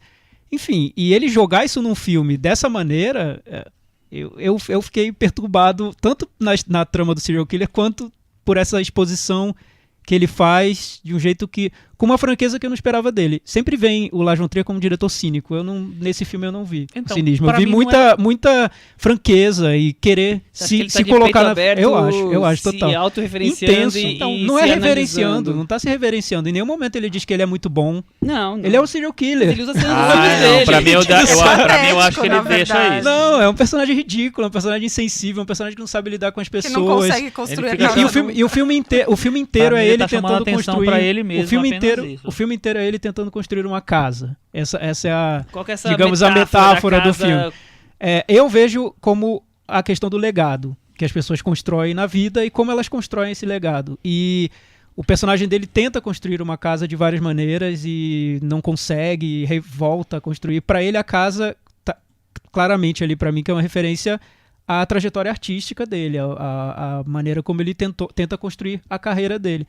Sempre reconstruindo, derrubando e voltando atrás e tudo mais. E a conclusão a que o filme chega, que aí eu acho que é muito triste, mas eu também acho que é positiva, como a Paula diz, é que, na verdade, a casa que você constrói tem mais a ver com as relações que você cria com as pessoas e como você tratou as outras pessoas. E aquilo pode ser terrível, pode ser uma casa de morte que você está construindo, achando que você está fazendo coisas geniais na sua vida, entendeu? E eu acho que ele chega a essa conclusão de um jeito muito franco. Eu não entendo porque os críticos dele não gostaram desse filme, porque é justamente o filme em que ele mostra que ele é um cara terrível.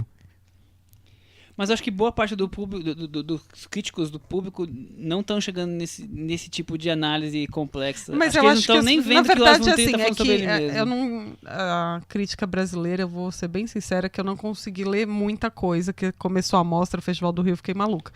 Mas em Cannes eu li muita coisa. E as pessoas faziam justamente essa mistura, assim, da pessoa e do filme, mas sem analisar o filme. Ficava muito mais na superfície da pessoa, sabe? Mas se o filme é sobre a pessoa? Mas eu não acho que é só. Basicamente. Mas eu não acho que é só Não, isso. pode Acho que dizer também é. que as críticas estão falando da pessoa. Dele dando entrevista, nem dele relacionar falando, a pessoa com o sabe? filme. Exatamente. Falar só da pessoa e transformar o filme numa crítica da Gente, pessoa. mas quando a gente fala de cinema mais autoral, digamos, a gente não tá falando da pessoa? Claro que sim. É Sim. sempre muito pessoal, Mas né? é da Mas pessoa. peraí, vamos a crítica fala da pessoa fora do filme. Entendi. Não, eu entendo o que você quer falar, Paulo.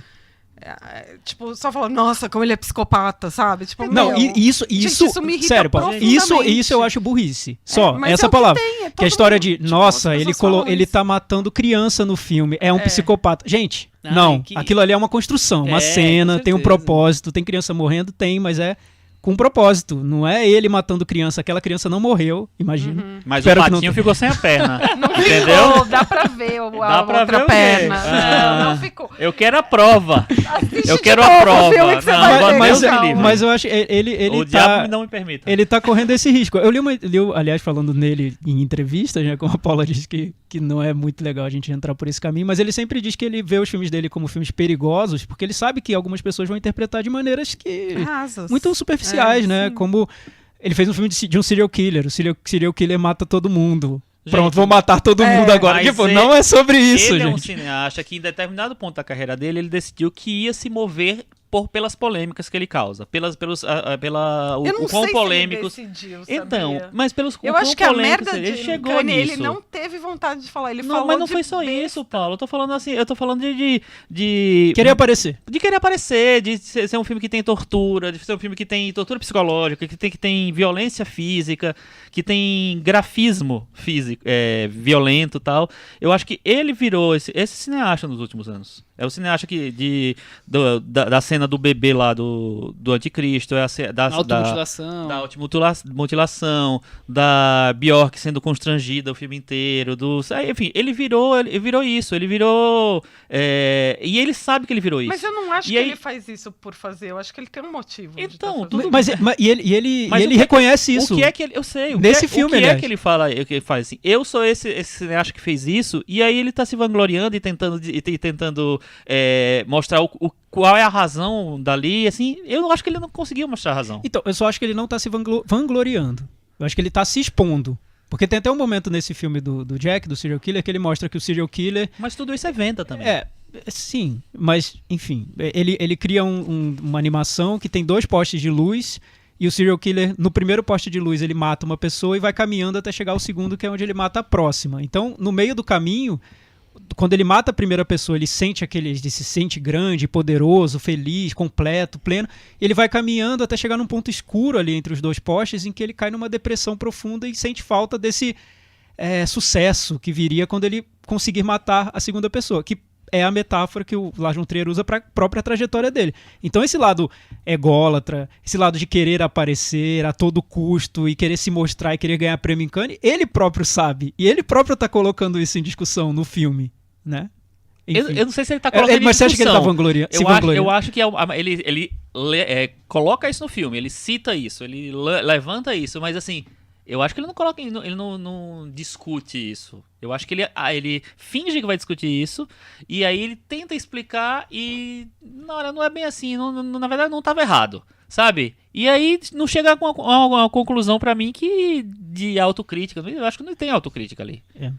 Eu já consigo ver uma conclusão no filme. Ele vai ao inferno e cai no inferno.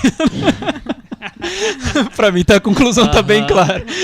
Eu acho isso também. Mas acho que permite várias leituras. Mas Esse depois filme ele mais vai, ainda. Depois ele vai fazer um documentário sobre a volta dele a Cannes, é isso.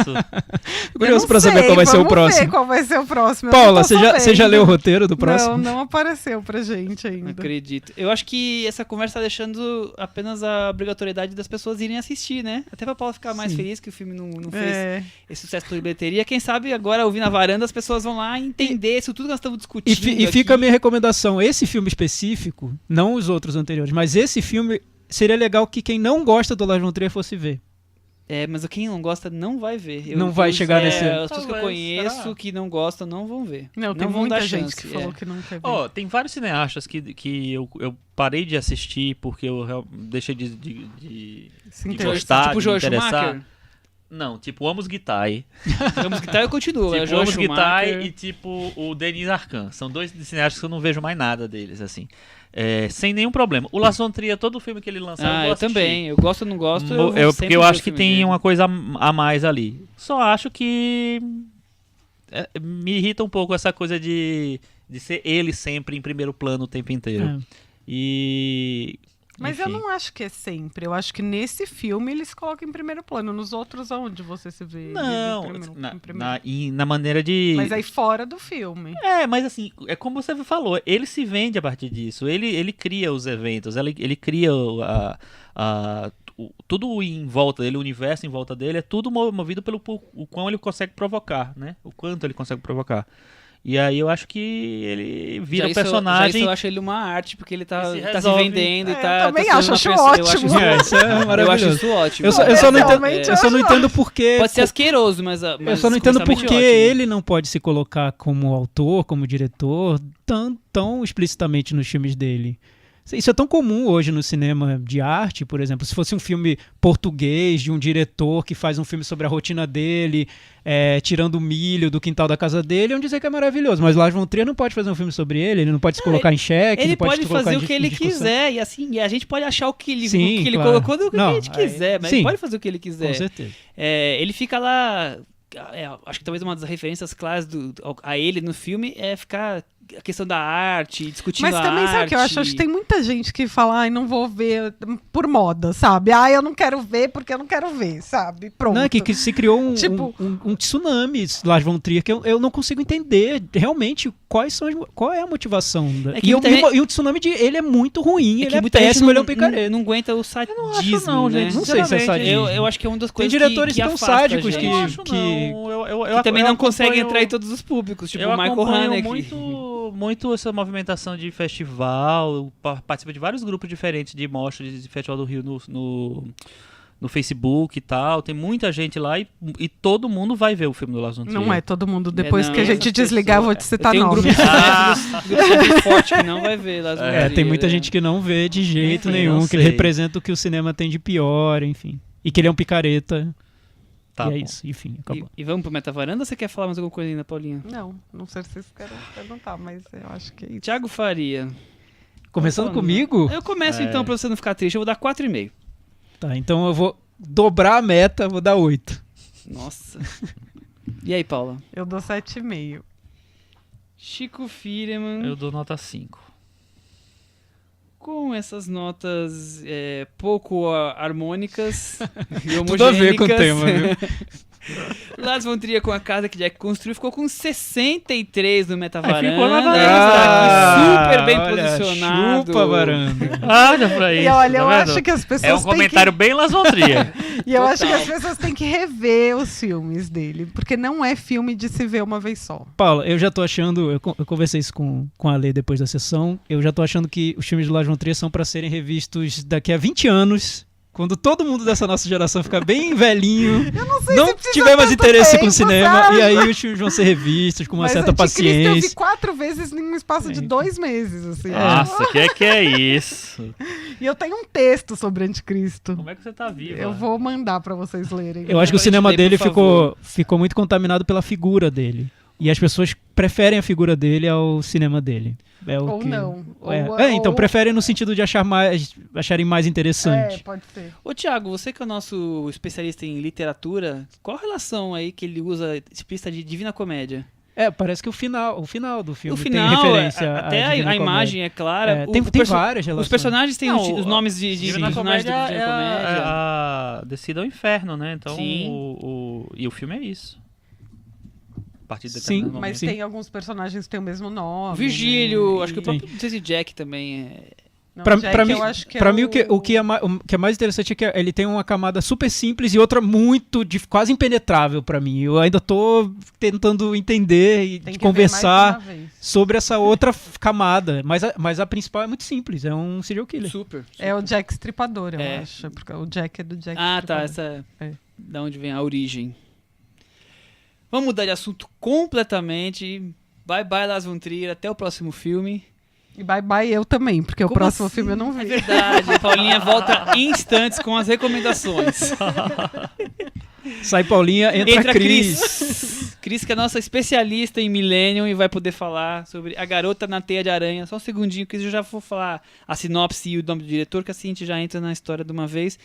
Dirigido pelo Fede Álvares, o diretor uruguaio que fez O Homem nas Trevas. É um E filme a de terror. Morte do Demônio. E a Morte do Demônio. Ah, é filmagem. A gente não comentou sobre O Homem nas Trevas, acho que ficou só em recomendações, né? Eu não lembro da gente ter Eu acho que comentamos, Não viu? tem metavaranda dele. Então não comentamos. A não ser que eu tenha escrito alguma coisa errada aqui. Eu não lembro, eu não sei. Eu acho que a gente viu junto, não foi, Thiago, na mesma sessão? Um monte Eu de lembro gente de ter saiu comentado. de algum lugar e foi A ver. gente viu. Gustavo e tal. Eu me enganei, nós falamos sim no episódio número 43. Falamos sobre o Homem das Trevas. O Thiago votou até no Stephen Lang como melhor ator do ano naquele ano. Eu Sim, tinha eu gosto do digitado filme. aquele negócio do Dana e Foi um dos meus troquei favoritos, e errei. 43. Tá. Sinopse: Lisbeth Salander Claire Foy.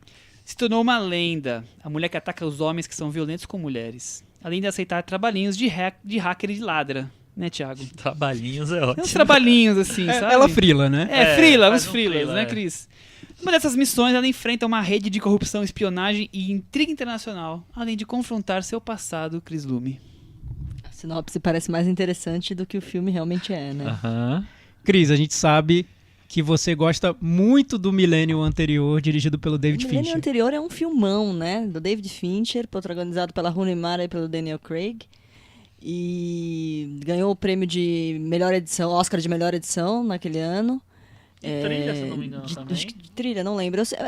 Do Trent Reznor, né? Aquela eu trilha acho que incidental do Trent Reznor que é maravilhosa. Então é assim, é um trabalho de cinema, é uma aula de cinema contemporâneo, assim, o Outro Milênio, na minha opinião, porque ele é bem editado, ele é o figurino, a parte técnica toda do filme, ele é muito bem cuidada, porque o primeiro Millennium, ele conta uma história que se passa, uma investigação que se passa 40 anos antes, então ele tem a captação de época misturada com captação ultramoderna, né, que é uma hacker, uma menina toda punk e tal, e enfim, pra mim é o típico cinema do David Fincher em estado pleno. Já esse é o que é, assim, é o que deu pra fazer. Esse é um freela. Retomar. Esse é um freela, um trabalhinhos. É retomar uma personagem que ficou muito marcante, né? Uma personagem forte do cinema, com uma atriz que está em ascensão. Eu acho que assim como no caso da Rooney Mara, na Rooney Mara talvez menos, porque ela era desconhecida. A Claire Foy está muito em evidência. É tentar pegar uma atriz que tem uma persona e você tentar desconfigurar essa figura, né? Essa imagem que a Claire Foy passa. Mas assim, eu não acho muito bem sucedido. Eu fico enxergando a Claire Foy o filme inteiro. Não senti ela integrada no papel. Enquanto eu acho que da Rooney Mara, enfim, a persona dela ficou muito, muito bem adaptada ali. E o engraçado é que todo mundo ficou jovem, né? Assim... Rejuvenescimento precoce ali. É verdade, né? Foi triste ver essa decepção da Cris, viu? Vamos puxar o gatilho que a Cris já tá falando da Claire Foy. Vamos já... Acho que é um ponto que vale a pena comentar, porque quando eu vi os 3 filmes suecos e vi, claro, o Millennium, que é um filme do Jim ótimo. Esse faz o dever de casa, né, gente? Mas eu vi há anos, né? Eu vi faz muitos Ele viu a anos. série que foi feita na Noruega, inspirado na obra. Você sabe que Chris Lume esteve e tirou foto da porta da casa, do apartamento de Lisbeth, certo? Lá em Estocolmo, eles têm uma tour, a personagem é muito importante, né? Se tornou muito forte. A personagem é inspirada numa personagem infantil, Pippi Meia Longa, que é o personagem infantil mais importante. É a Mônica, da Suécia. A Lisbeth... Ela é inspirada numa personagem chamada de Pippi Meia Longa. Tem filme. É tipo a Mônica. É um desenhinho, né? Infantil mesmo, um personagem infantil. Aí, vamos imaginar. Imaginem vocês que a gente pegasse e imaginasse a Mônica com seu coelhinho hacker, desvendando segredos e planos infalíveis, já adulta, loucona. Essa é a Lisbeth Salander, é a versão adulta dessa personagem infantil. Então, o escritor parte daí para o Stieg Larsson parte daí para criar essa persona. Então, eles têm... Ela virou um ícone, né? Pop na Suécia. Então, eles têm uma tour lá em Estocolmo dos lugares onde eles misturam um pouco os lugares do filme do David Fincher com os lugares onde o café onde ele começou a escrever, uma coisa meio J.K. Rowling, né? O café onde ele começou a escrever, a fachada da onde era a revista, porque ele também trabalhava na revista, a figura do jornalista é um pouco inspirada nele, né? O local onde ele imaginou que é a casa dela, entre outras coisas, assim. Basicamente são só fachadas, assim, né? O bar onde ela ia escutar música, porque ela é toda punk e tal. Interessante. Curiosidade que em frente à casa, onde seria a casa dela, tem uma pintura enorme dos gêmeos brasileiros. Fui tirar foto com a Cris e falei, os gêmeos aqui, gigantesco. Depois estava falando de Claire Foy. Eu vi Rooney Mara. Não. Noomi Rapace. Noomi Rapace. Noomi. Eu tava falando Noomi Rapace. Noomi Rapace. Eu prefiro a Noomi Rapace. Eu que a acho Rooney Mara, muito inclusive. boas as duas. Rooney Mara, eu não consigo ver essas atrizes. Assim, elas viraram um personagem. A Claire Foy, toda hora eu vejo a Claire Foy ali. Eu não tô vendo a Lisbeth. Então acho que já é um problema. Fora essa necessidade gigantesca da Claire Foy de tentar se esquivar da personagem da rainha pra não ficar marcada, né? Então tá fazendo todos os tipos. Fez um Sand, que a gente já falou aqui, o Distúrbio, né? Fez agora o filme Primeiro Homem. Quer dizer, ela tá loucamente querendo o prêmio de obreira do ano no Varanda Award. Boa, Thiago eu acho que ela Faria. tem chance. Tem chance. Tem chance. Pintou uma favorita, né? Mas eu também, eu concordo, Michel. E Eu não acho que fica nada, né? pra mim o melhor papel dela, por enquanto, é a Rainha Elizabeth. Ela é uma ótima intérprete da Rainha Elizabeth. Pra vida. Porque eu ainda não vi nada além muito disso, melhor que isso que ela tenha feito. É, Primeiro Homem não me impressiona em nada. Como eu não vi a The Crown, eu não vi nada que eu achei marcante dela. Você não porque tá entendendo realmente nada, né, Não tô Chico? entendendo nada. Que mulher é essa? Que é essa mulher? essa? Não vi nada que prestasse. E aí, o Chico Firman é um 007 com uma personagem feminina, e cadê a aura do livro, do filme? Eu acho que ele não consegue pegar a atmosfera, né, do livro, que eu acho que no filme do David Fincher tem. Do livro não, do personagem e tal. Não li o livro, eu não sei como é a Thiago atmosfera. Leiro vai contar pra gente. Mas eu acho, por exemplo, eu vi o primeiro filme sueco e eu vi o filme americano do David Fincher. E eu acho que esses dois, eles têm muito em comum. E apesar de serem filmes diferentes, eu acho, eles têm muito em comum e eles têm essa coisa da personagem. A personagem realmente tem uma aura que não existe nesse filme. Parece que ela é era um boneco assim que alguém inflou, botou qualquer coisa lá pra preencher. Mas Parece não, uma agente não secreta tem. atirando pra todos os Exatamente, lados, né? assim. É E que, ela é muito original. Na versão original, ela é muito perturbada mesmo. Ela tem, e transmite isso, né? É uma personagem que parece capaz de fazer qualquer coisa. E realmente, na trama, na série, ela faz coisas horríveis. Ela não é uma heroína de ação. Não. A minha Lisbeth Salander favorita é a Rooney Mara, porque por uma coisa visual. Eu acho que a Rooney Mara ela tem uma fragilidade. A Claire Foy e a Noomi Rapace, elas são mais fortinhas, vamos dizer assim. Dá pra... E da Rooney Mara é meio... Não dá pra você acreditar que ela vai conseguir fazer tudo aquilo, então eu acho que tem uma dualidade, assim. Eu acho que ela é o único papel que eu gosto dela, primeiro, né? E eu acho que ela traz essa fragilidade e essa coisa do psicológico, eu acho bem bacana. Não ganhou trilha sonora. A trilha sonora é maravilhosa. É do Trent Reznor e do Atticus Ross. Ao Globo de Ouro só. Isso, concorreu ao Globo de Ouro, mas o que eu gosto é que o David Fincher fez uma coisa meio 007 na abertura. Ele colocou aquela Immigration Song do Led Zeppelin, cantada pela vocalista do Yes, e fez um clipe totalmente em computação gráfica, assim, estilo 007, né? Não foi só o Daniel Craig que ele usou. Então, é super bonita a abertura do Millennium. Aí até esses pequenos detalhes, você vai achando tudo muito fraco, né? Você fala, nossa, que trilha ruim, nossa, que efeito ruim, que corte ruim, que atuação ruim. Você vai ficando... Não parece nem 007, gente. Parece um Velozes e Furiosos, assim. Toda hora tem um carro, tem uma moto. Né? Velozes e Furiosa. Falei, vai aparecer o Vin Diesel. Não, eu acho muito banal tudo e acho... A parte que poderia ser mais interessante, que é a parte que tem um passado dela, eu acho um novelão miseravelmente dirigido, sabe? Aquele castelo, aquele precipício. É tudo eu genérico. Acho tudo muito genérico. Muito... Tudo genérico. Mas é Mas curioso eu acho porque bonito visualmente. É uma Tem grande alguma coisa produção. ali que o David é produtor, né? Tem alguma coisa ali... Mas acho que só na parte visual bonita. Porque o resto eu acho que nada funciona. É porque tudo é muito decepcionante, né? Por exemplo, a começar pelo diretor, o Fed Álvares, que é o uruguaio, que fez o Homem nas Sombras. Boas, eu né? gosto do Homem nas Sombras. Nas Ele Trevas. cria Homem nas Trevas. Homem nas Trevas. Ele cria uma atmosfera ali que nos envolve o filme inteiro. O filme quase todo se passa dentro de uma casa. Enfim, e ele fez agora um filme muito burocrático. Parece que foi dirigido por qualquer diretor de seriado. Pegou né? a cartilha Não tem, da direção e seguiu é chocante a risca, mesmo. né? A trilha sonora é aquela trilha mais banal de todas. E como a personagem da Lisbeth Salander se transforma, ela se humaniza, eu acho, demais. Porque a ideia da Lisbeth Salander na trilogia original é que a gente duvidasse sempre dela. A gente nunca sabe se ela realmente é uma Do heroína. bem ou do mal? Ela ajuda o jornalista, que é o jornalista da revista Millennial.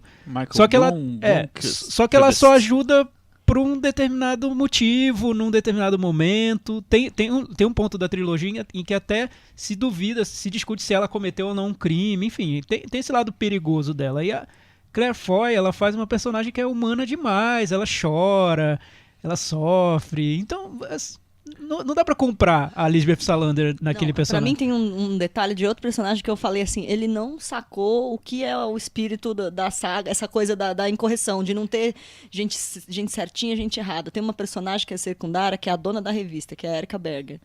No primeiro filme, ela é interpretada pela Robin Wright. E nesse filme ela é interpretada pela Vicky Krieps, que é a mocinha do Trama Fantasma. E ela é uma mocinha mesmo, bonitinha, meiguinha. Ela tem um caso com o Michael Blomkvist. E aí ela fala, então a gente pode sair. Ela fala, não, eu tenho que jantar com meu marido. Aí eu falo assim, a pessoa que tá assistindo o filme tá fazendo uma figura dela, dessa adúltera sensível e apaixonada. E no livro, a personagem da Robin Wright é completamente diferente. Ela é uma Claire Underwood da vida, né? Sim. Ela é editora da revista, é uma personagem super forte. Ela é casada com um cara que é meio artista, meio louco. Ele sabe que ela tem um relacionamento extraconjugal e ele aprova. É um personagem totalmente maluco no livro. Tem que ter uma força, um politicamente correto. É que o livro tem algo que eu lembro que na época, quando saiu, é até engraçado ler o livro, porque tem esse lado das relações amorosas que pra gente, pro público brasileiro, pode parecer algo muito fora do comum, né? Muito fora do binário ali, né? Porque exato, eles fazem... tem N combinações ali, até a pulada de cerca do jornalista, eles simplificaram. É muito mais complexo. Ele tem uma amante fixa que o marido aprova. Era uma coisa muito louca no livro. E não tá lá. Pra mim tá uma coisa totalmente simplificada. Mas no não tem livro graça que vocês nenhuma. falam é no livro... Nesse livro que baseia esse filme ou no livro original? No livro original. Porque ele tá resgatando os personagens, os mesmos personagens, sim. né? Vale contextualizar. No filme tá isso. No filme vale tem. contextualizar. No filme do David Fincher tem. No filme do David Fincher eles têm essa relação um pouco mais de... Ela é muito mais não tá tão poderosa. explícito, mas Mais tem. madura. É. Né? A gente chegou a falar que esse livro É o quarto livro da série, o primeiro depois que o autor já tinha falecido. Ele escreveu os 3 primeiros livros e esse quarto é por outra pessoa. Essa saga, sei lá, Hollywood, pulou o segundo e o terceiro. É tipo o filme do Orson Welles? É porque o primeiro filme do David Fincher é inspirado no primeiro livro. No primeiro livro. E o filme 2 e o 3, o livro 2 e 3, ele não tem a mesma estrutura cinematográfica, vamos dizer, que o primeiro. Então, na hora que um outro jornalista, um outro escritor assumiu a saga, né, os personagens para escrever outra história, ele tentou escrever uma trama mais parecida com a trama do primeiro livro. E ele escreveu já um 5º livro, que eu acho que deve ser adaptado também para o cinema, ou pelo menos havia planos, vai depender aí do sucesso ou não desse filme de agora. Com provavelmente a Chloe Grace Moretz, sei lá. Vai saber o que vai fazer por aí. O que eu acho... E por que mudou os atores? Você sabe? Você que sabe tudo aí? O que eu sei é que a Rooney Mara queria muito retomar esse papel, mas aí o David Fincher acabou não querendo mais embarcar nesse projeto. Ele percebeu que era uma furada, acho. Mas ele é o produtor. Ele é o produtor, mas ele quis tirar a assinatura dele de alguma forma. Ele foi fazer o Garoto Exemplar. Então eu acho que houve uma tentativa de mudar todo... desatrelar. Talvez, eu não fiquei sabendo, mas não sei se foi até um pedido do David Fincher, alguma coisa do gênero, mas eles quiseram renovar completamente a saga. Até acho que pensando como esse não ia ser do Stieg Larsson, enfim. Não sei direito ao certo, mas eu sei que o Rooney Mara queria muito retomar. Mal também, né? Eu acho que não foi tão bem. Teve esse reconhecimento de premiação, mas acho que não foi tão bem. Eu não sei se muito mal. Eu acho que foi mas muito eu mal. acho que muito tanto a sequência. Que eles pensaram se eles iam parar ou iam continuar. Eu acho que teve uma questão assim, proporcional. Eu acho que houve um investimento muito grande, né? Uma bala muito grande lá, David Fincher, toda uma produção, e que não repercutiu em tanto prestígio, de crítica, apesar dos prêmios e tal. Acho que talvez isso que não tenha dado resultado. Eu acho que o primeiro é muito artístico e talvez parte do público não tenha entrado na onda. E é Você da achou Sony, muito- esse Eu muito acho artístico? ótimo, mas eu acho bem artístico, assim. Eu não acho tanto. Talvez seja meio lento Você achou? para um público. Eu tô dizendo que o que eu posso imaginar que grande parte Não, do público não, eu entendo. É porque eu li o livro é muito grande, né? Cada episódio, volume, tem muita coisa que acontece. Então, Tem muita historinha. a sensação que eu tive quando eu vi a versão sueca e depois a versão americana é que eles estavam correndo para virar as páginas do livro. Gente, para um pouquinho. Pelo que eu me lembro, vagamente, tem uma longa história de por que o Michael Blomkvist entra se envolve num problema de corrupção, Sim, lá, de sim. espionagem. São É que- páginas é e que páginas, e isso é completamente cortado o na versão autor do americana. livro, Stieg Larsson, é um jornalista de economia muito famoso lá na Suécia. Então, ele fez o personagem, um jornalista numa revista, muito para falar sobre o cotidiano dele ali Na revista, na né? redação. Se passa numa redação. E é muito legal para quem é jornalista ler o Millennium, porque é super interessante. Você nota que realmente o cara tem aquela vivência, ele conhece aquele ambiente, não é nada superficial e bobinho, tá tudo lá. E tem várias discussões sobre jornalismo econômico no livro. Então, pra você ver, antes de entrar na trama de investigação com a hacker, tem toda uma discussão sobre jornalismo econômico. Tem muita coisa que acontece ali. Eu achei que nas duas adaptações, tanto na sueca quanto na americana, a impressão que eu tive é que eles correm muito com a trama, mas sem problema, principalmente na do David Fincher. Acho que o David Fincher faz direitinho, é a que eu mais gosto mesmo. Tem muitas pessoas preferem a versão sueca. Eu acho a do David Fincher muito superior, bem dirigida e tudo mais, e consegue organizar a trama de investigação com o desenvolvimento dos personagens, que é o objetivo do livro. E é muito difícil fazer, porque o livro é muito grande, como eu disse, muita coisa acontece.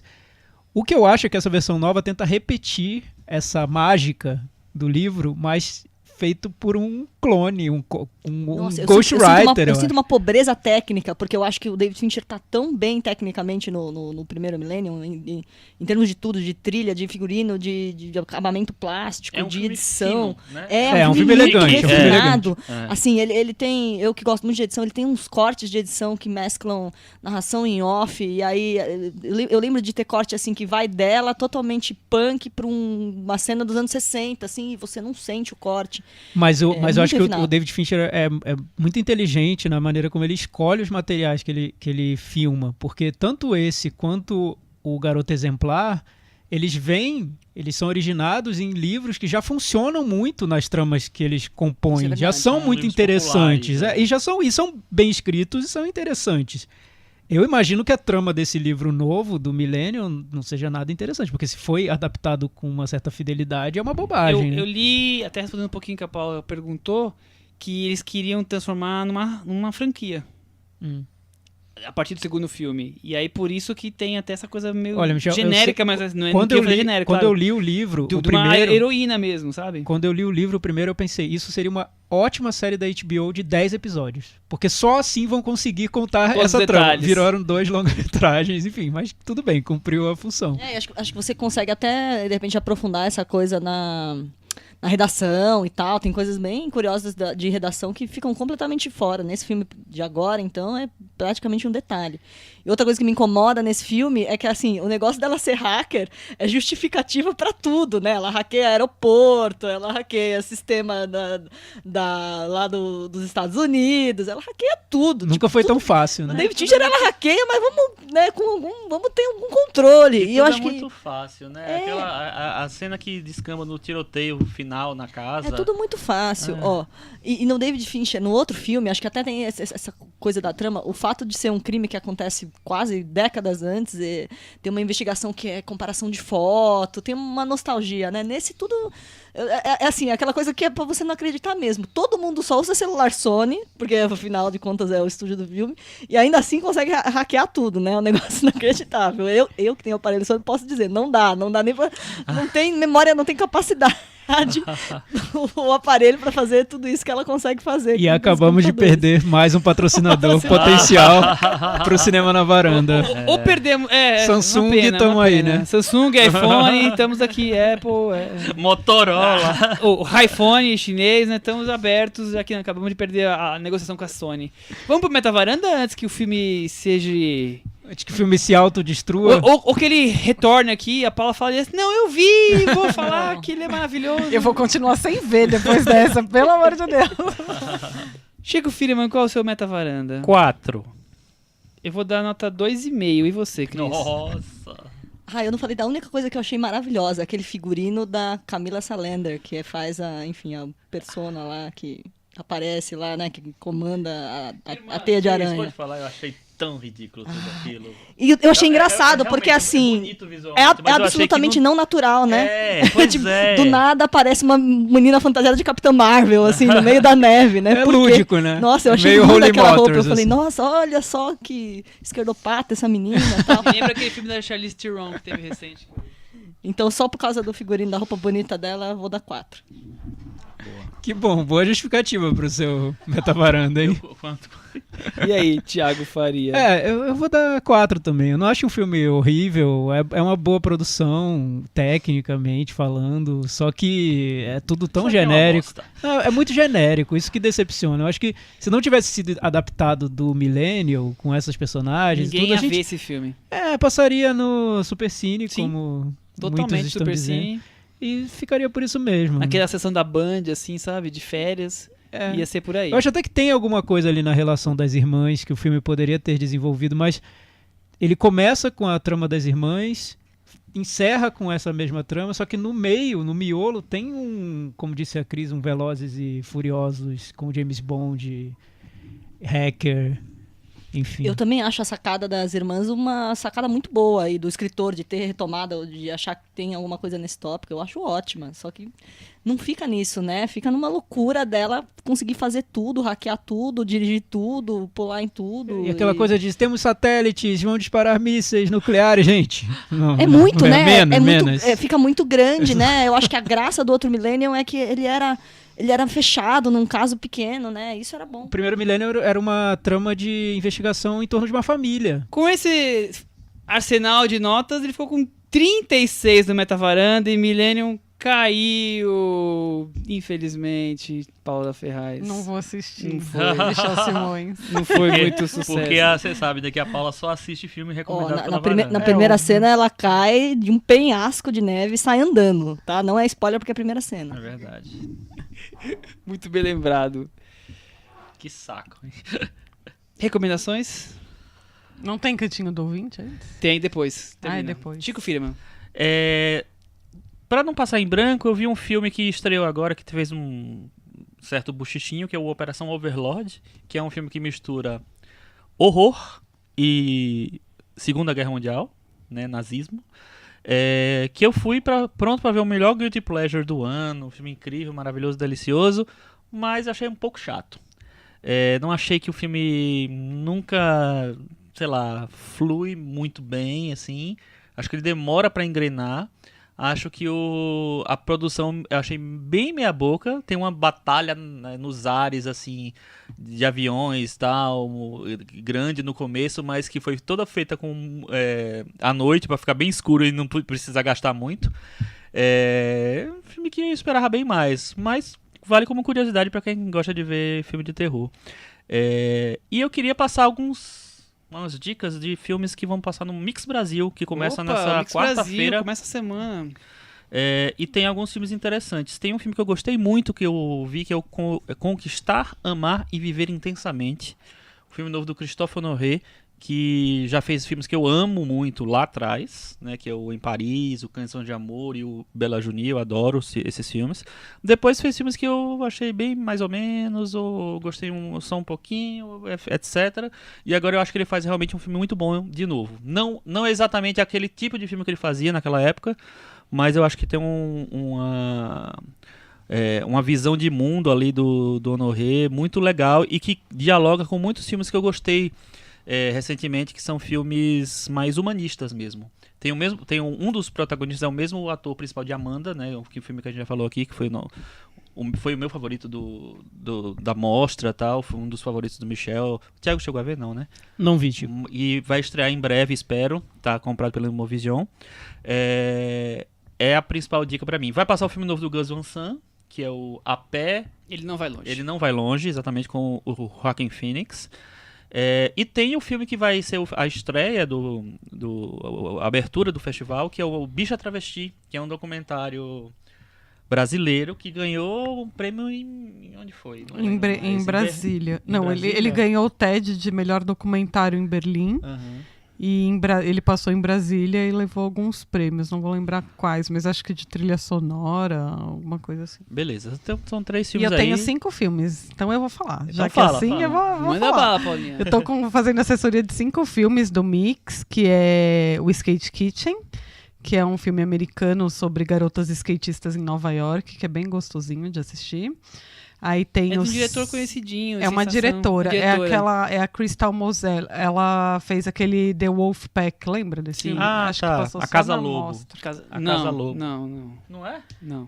A Casa Lobo? Não, acho que não. Os Irmãos Lobo. Isso, Os os Irmãos Irmãos Lobo. Aí tem o Segredo de Davi, que é um filme cheio de efeitos especiais e tal, maiorzinho, que vai estrear agora em breve, que é com o Nicolas Prats. Tem o filme que ganhou TED em Berlim, que é o Tinta Bruta, que ontem ganhou um monte de Prêmios do coisa. Festival do Rio, né? Festival do Rio ganhou melhor filme, melhor ator, melhor roteiro, e é maravilhoso, eu amo. Fica a dica. Aí tem o Sol Alegria, que é um filme bem legal também. É muito legal, Só Alegria. E o Inferninho, que é dos Irmãos Parentes, sabe? Guto Parente e tal. Dessa turma aí do Alumbramento. Legal, então várias dicas para o Filmes Mix recomendados Brasil, aí pro Paula Ferraz. E aí, Thiago? Eu vou recomendar rapidinho 2 podcasts, um de cinema que chama Little Gold Man, que é da Vanity Fair, que é sobre Oscar. Eles criaram esse podcast para falar sobre o Oscar, só que fez tanto sucesso que eles agora Continuaram, ficam né? pelo ano todo falando sobre festivais, Shaquille sobre... O'Neal, eles falaram esses dias. sobre Shaquille lançamentos O'Neal, de filmes. E a discussão lá tá bem boa. Eles geralmente conseguem assistir aos filmes antes de todo mundo e começam a falar sobre quais seriam as chances no Oscar ou não.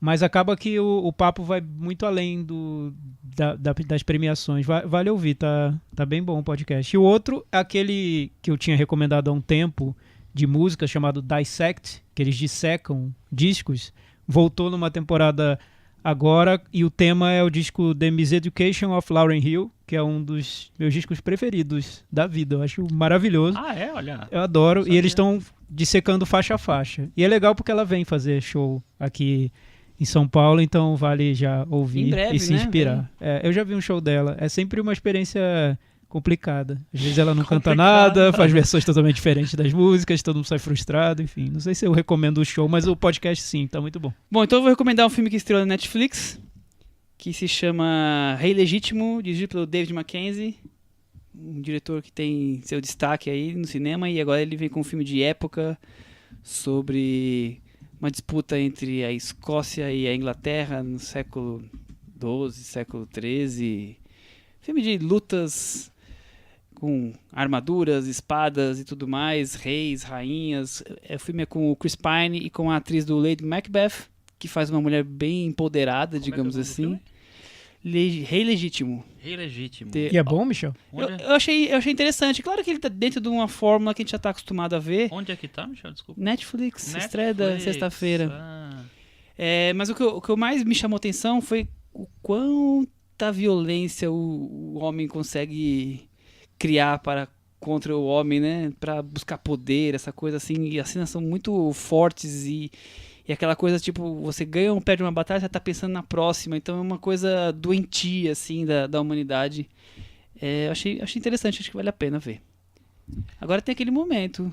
Gente, eu esqueci de um filme, deixa eu falar. Pode senão falar. Vai ficar feio. Claro. Eu falei de filme. Tem também, eu lembro mais dos Corvos, do Gustavo Vinagre. Com a Júlia, né? Com a Júlia Catarini, que é bem legal esse filme também. Ele vai estrear em fevereiro, mas quem quiser já pode ver no Mix também, que já vai passar. Tá, Muito e bem. só aproveitando que o Thiago falou do podcast que fala do Oscar, na sexta-feira saem os indicados do Spirit Awards, que é o Oscar de já Cinema tá aí. Independente, então começa de fato a temporada de premiação do Oscar. E Opa. aí agora é o Cantinho do Ouvinte. Com o Thiago Faria. Muito difícil, estranho falar o Cantinho do Ouvinte. Pois é, no cantar final, né? A gente já tá mas aqui Já cansado. são 11 horas da noite. Né? O episódio da semana passada foi sobre o filme do Queen, Bohemian Rhapsody, e sobre O Outro Lado do Vento, filme do Orson Welles, ou seria do Orson Welles mesmo?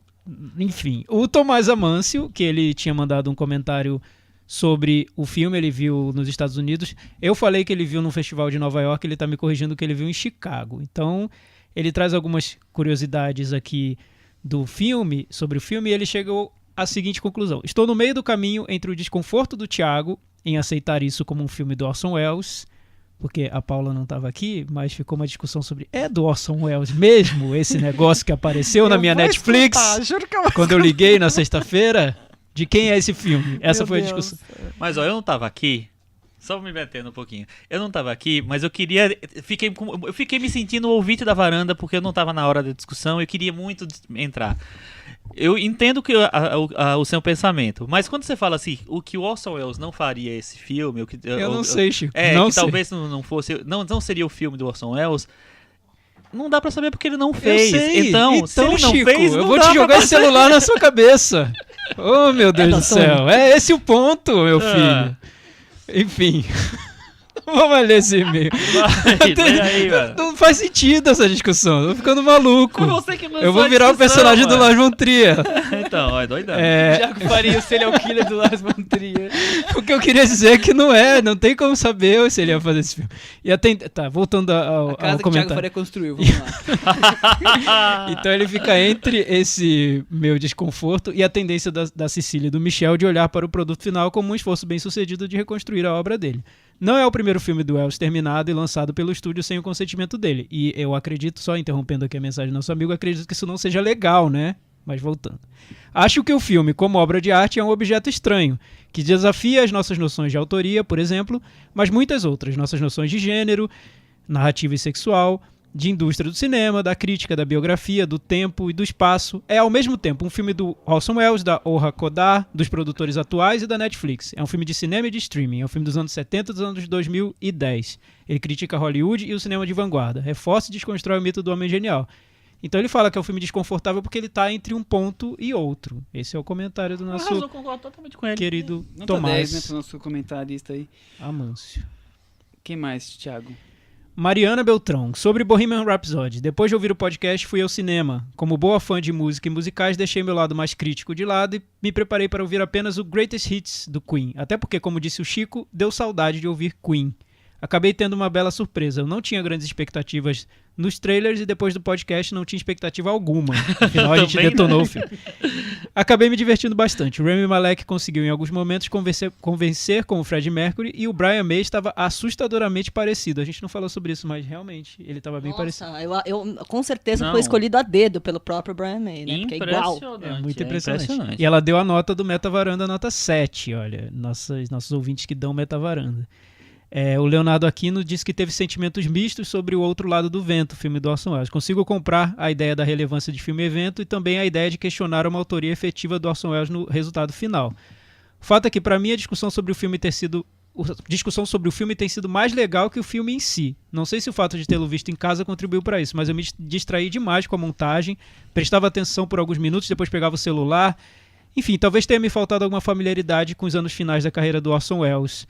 Sobre a autoria do filme, não sei se os jornalistas da varanda têm experiência em redação de TV, mas acho que O Outro Lado do Vento é como se fosse uma reportagem que virou nota coberta. Você explica isso pra gente, Chico. Ele disse que acha que vai gostar mais do documentário. O documentário que está sendo exibido na Netflix chama Serei Amado Quando Morrer. É algo assim, né? Algo assim. Enfim, ele disse que também está questionando essa história da autoria do filme. Eu tenho que falar que eu vi o documentário, eu não tinha visto na gravação na semana passada, eu fui atrás para ver, porque o Michel e a Cecília estavam falando como se tudo ali estivesse no documentário. Eu me decepcionei muito com esse documentário, eu achei muito ruim, muito fraco, didático, exatamente o que o Orson Welles detestaria, mas tudo bem, a questão não é essa. O Orson Welles tá morto, a gente faz o que a gente quiser. O Orson Welles tá morto, a gente faz o que a gente quiser com a obra dele. Mas didático, é pra complementar, banal, né? Pula filmes, por exemplo, não fala do F for Fake, como assim, gente? Como assim, Brasil? Não fala da restauração do filme, então ele simplesmente é como se o filme tivesse materializado num pó de pilim-pim-pim, nasceu. Não fala isso no documentário, achei um documentário muito ruim, mas tá lá na Netflix, Serei Amado Quando Morrer. O Vitor Almeida deixou um recadinho assim, ó. Chico Firman está se ausentando justamente nos filmes com a possibilidade de Oscar.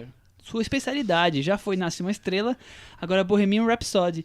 Fala com ele para não se ausentar em Roma. Então fica a dica. E Chico, já que você se ausentou, Bohemian Rhapsody tem alguma chance no Oscar? Ele tem cotação só pra ator. Eu não tenho certeza ainda, porque o filme foi muito mal de crítica, né? Então ele tem, tipo, não tem nem 50 no Metacritic. Eu acho que se ele chegar lá, vai ser pela força do Queen, do Freddie Mercury, do personagem. Mas não sei se chega não. Vamos ver ainda como é que vai se comportar nesses próximos prêmios aí. Talvez o Rami Malek, então. Acho que o Rami Malek ele deve ser indicado, por exemplo, a Globo de Ouro, de melhor ator comédia musical. Vamos ver se o Oscar tem que esperar um pouquinho mais. E temos um ouvinte maratonista, mais um, agora é o Matheus Barros, que além de maratonar e mandou um e-mail pra gente elogiando o podcast, obrigado pelos comentários, ele pegou todos os filmes com Metavaranda e fez a lista dos 100 mais bem ranqueados e colocou lá no Letterboxd. Então quem quiser está lá disponível. O Matheus fazendo um trabalho em prol da humanidade aí, deixando disponível essa lista maravilhosa dos filmes lançados desde 2016, que nós começamos, né? Qual é o primeiro da lista? Primeiro colocado da lista Visita ou Memórias e Confissões de Manuel Oliveira. Que ao contrário do filme do Orson Welles, era um filme que Manuel Oliveira fez inteirinho, deixou lá guardado. Quando ele morreu, encontraram um filme lá guardado, bonitinho, montado. O Thiago é muito Lars von Trier porque ele fez essa pergunta sabendo a resposta já pra usar esse comentário. Por isso que eu sou fã do Thiago. O diretor desse documentário é o diretor de um documentário que deve ser o principal concorrente pro Oscar de documentário esse ano, que chama Won't You Be My Neighbor, que é sobre um apresentador de TV americano que foi Pois muito eu ouvi falar desse documentário e você viu, né, Chico? muito legal. É legal. É muito Nossa, legal. Eu me cara é incrível. incrível. Com esse do Orson Welles. O melhor republicano que se pode existir. É esse cara. Legal. Pessoal, deixa eu falar uma coisa. Diga, todo lugar que eu vou, vira e mexe, eu recebo um e-mail, uma mensagem no Facebook falando que alguém me escutou no Cinema na Varanda. Olha isso! Quer todo lugar que você vai. Sério, juro. E agora no Festival do Rio eu conheci uma menina que escutou, que ela é ouvinte de vocês. A menina, ela nem é tão jovem, né? Meio. A Gabriela, uma fofa. Fiquei super amiga dela. A gente viu vários filmes juntos, a gente conversou bastante. E aí eu falei pra ela que eu vim aqui, ela falou, eu vou escutar, não sei o que e tal. Mas é isso, gente, vocês têm fãs em todos os lugares e as pessoas me escutam, mandam e-mail, mas e o legal, Paulo, é que são os melhores ouvintes, né? São os Eles melhores. são super inteligentes. Se eu morrer, a gente pega um deles e coloca aqui no lugar. Eles fazem o podcast Eles fazem a varanda que refizeram o filme do Orson Welles. Exatamente. Eles falariam as mesmas Eles coisas que falariam eu o que eu falaria teria dito se eu estivesse vivo, porque claro, eles teriam a noção do que eu teria falado. Você Por que pode não? deixar- Por que não? Você pode deixar os filmes que você já viu, que a gente não comentou ainda, tudo escrito, porque aí alguém Não vem e precisa fala, deixar escrito, eu deixo fragmentos, Não, palavras eu acho que soltas, vocês e a podiam pessoa vai fazer juntar a palavra. um sorteio dos ouvintes pra virem aqui uma vez por, Eu não tenho sei muita lá, condição de falar nada. uma vez por 3 meses. Começamos com Nossa, Lars Lady. me deu um ódio. morrer que os ouvintes vão me substituir. Eu não tenho mais condições de falar alguma coisa. Não tô aguentando mais falar sobre esse filme. É isso, Semana né? que vem. Tchau, Tchau, gente. Paulinha, obrigado por ter vindo. Volte Obrigada sempre. a vocês. Só chamar que eu tô aí. Tchau. Tchau.